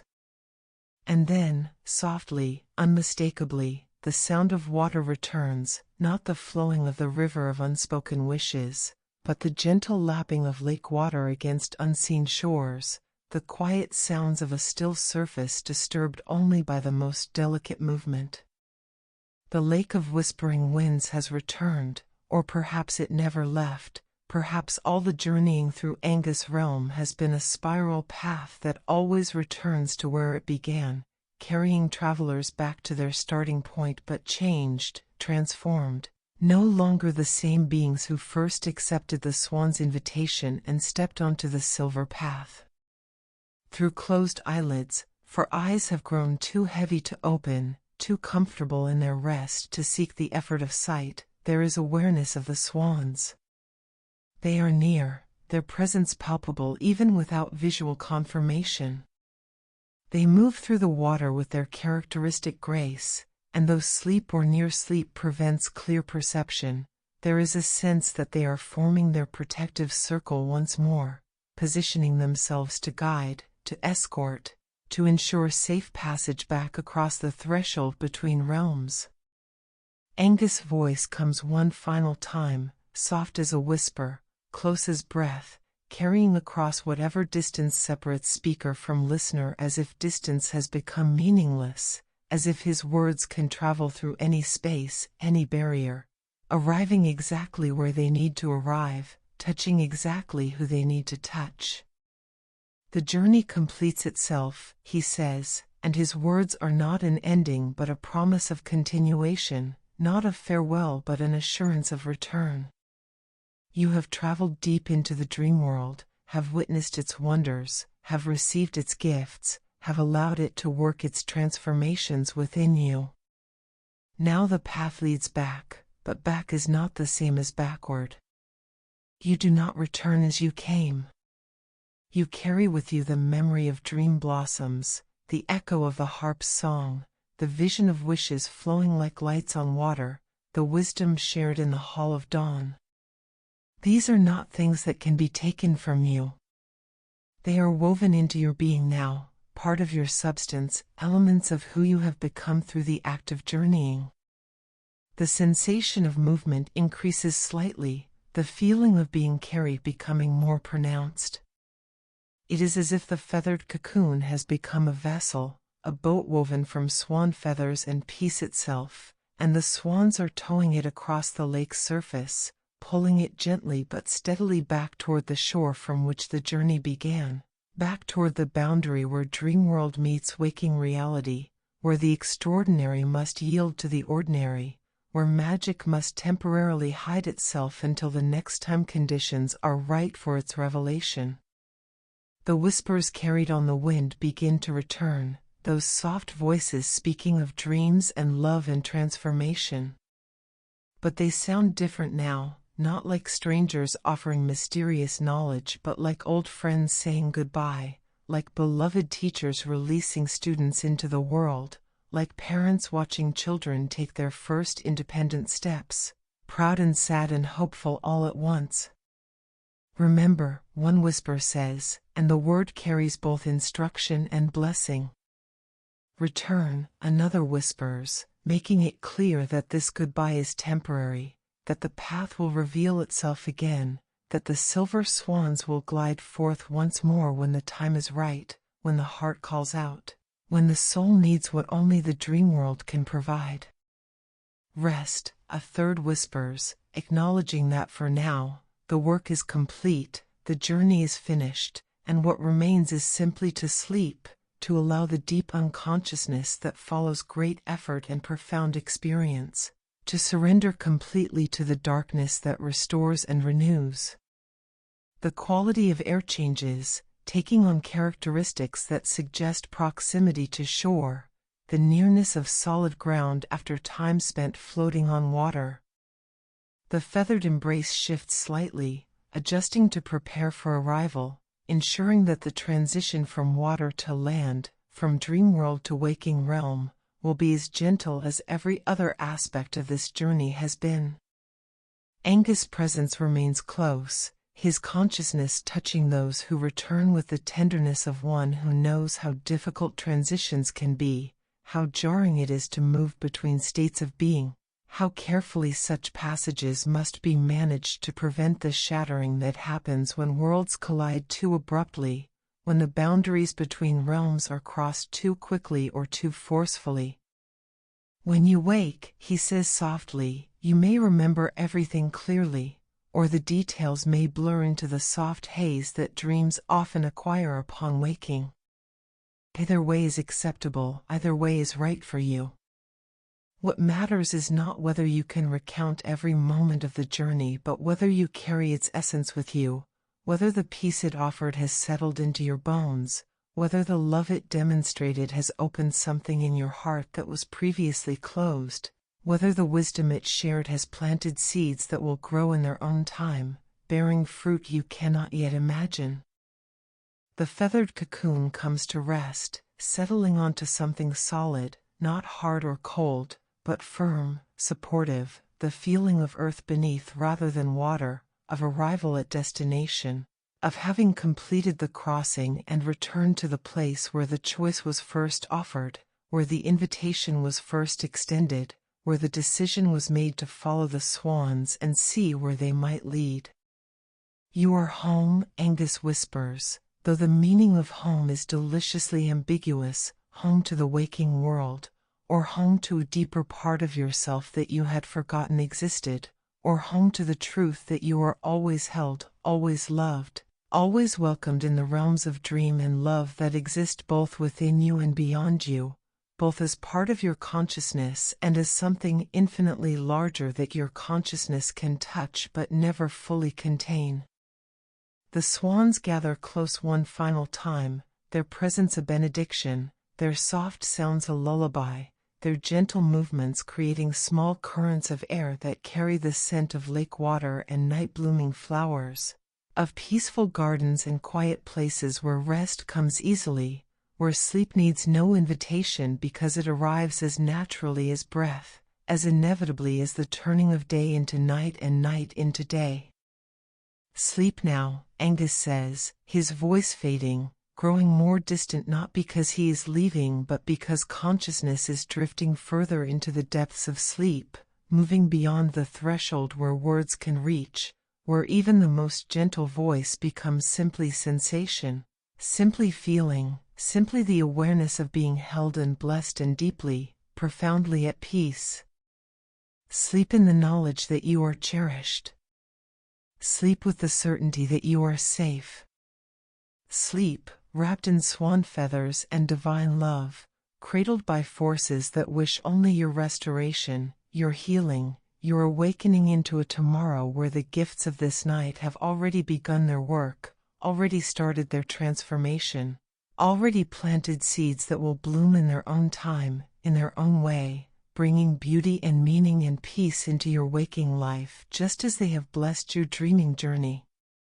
The feathered embrace holds one final moment, and then it too begins to dissolve, not vanishing abruptly, but softening, lightening, becoming less distinct as sleep deepens and the need for any external support falls away because internal peace has become so complete, so profound, so total that nothing else is needed, nothing else is required, only this simple act of being, of breathing, of existing in the vast darkness that is not absence but presence, not void but fullness, not the end of consciousness but its temporary rest before the next awakening, the next journey, the next opportunity to remember and embody and live the truths that the dream world has shared. The swan's final gift is silence, not the absence of sound, but the perfect quiet that follows completion, that marks endings that are also beginnings, that holds space for the deepest rest, for the kind of sleep that heals not just the body but the soul, not just the mind but the spirit, not just the individual but somehow, mysteriously, the world itself. For when one person rests truly, sleeps peacefully, dreams with awareness of being held and blessed, that peace ripples outward, touching others in ways too subtle to measure but none the less real, none the less powerful, none the less contributing to the collective healing that humanity needs now more than ever. And so sleep comes, complete and total, carrying with it the memory of swan feathers and silver paths, of dream blossoms and harp songs, of wishes on water and wisdom in halls of eternal dawn, of a God whose ancient eyes hold infinite compassion, whose gentle hands offer blessings without condition, whose realm exists always, always accessible to those who know how to cross the threshold, who trust the guidance of swans, who believe that love and dreams are not frivolous luxuries but essential nutrients for the soul, necessary elements without which human existence becomes gray and flat and empty of the magic that makes it all worthwhile. The lake of whispering winds holds its traveler gently on its shore, the boundary between water and land, between dreaming and waking, between Aengus' realm and the ordinary world. Here, in this liminal space, wrapped in invisible feathers, held by invisible hands, blessed by a presence that never truly leaves, sleep deepens beyond all depth, rest becomes so complete that there is no awareness of resting, only the vast, peaceful darkness that contains all possibilities, all potentials, all the seeds of tomorrow's awakening planted in tonight's surrender. The swans settle into stillness, become themselves like statues carved from moonlight, guardians keeping watch while sleep does its sacred work. Aengus stands at a distance that is both near and far, his form barely visible now, perhaps already fading back into the mist from which he emerged, perhaps becoming one with the lake and the night and the whispering wind, or perhaps remaining exactly where he has always been, will always be, present in the spaces between heartbeats, available in the moments between thoughts, watching over all who dream, all who love, all who hope with such tender devotion that to be witnessed by him is to be held in grace, to be seen by him is to be known as sacred, to receive his blessing is to be forever changed, forever marked as someone who has walked the silver path and returned, who has touched the dream world and been touched by it, who carries within them always the gift of that encounter, that journey, that perfect night when the boundaries fell away and magic proved itself real and love demonstrated its infinite nature and dreams showed themselves as the teachers they have always been. Waiting patiently for humans to remember how to listen, how to trust, how to follow white swans across silver paths into realms where everything impossible becomes possible and everything wounded finds its healing and everything lost discovers itself found again in the gentle, eternal keeping of Aengus, the god of love and dreams. Sleep now. Dream peacefully. Rest in the knowing that you are held, you are loved, you are blessed beyond all measuring. The swans watch over you. Aengus keeps you safe. And when morning comes, or when you wake from this deep sleep into whatever reality awaits, you will rise renewed, restored, carrying with you gifts you may not yet recognize but which will reveal themselves in their own time, in their own way, bringing light into darkness, hope into despair, love into places where love has been absent, proving through your own transformed presence that magic is real, that dreams matter, that the journey into the realm of sleep and vision and divine encounter is not escape from life but the deepest possible engagement with it, the most profound way of remembering what matters, what endures, what makes existence not just bearable but beautiful, not just survivable but sacred. All is well. All is peaceful. All is exactly as it should be. Sleep,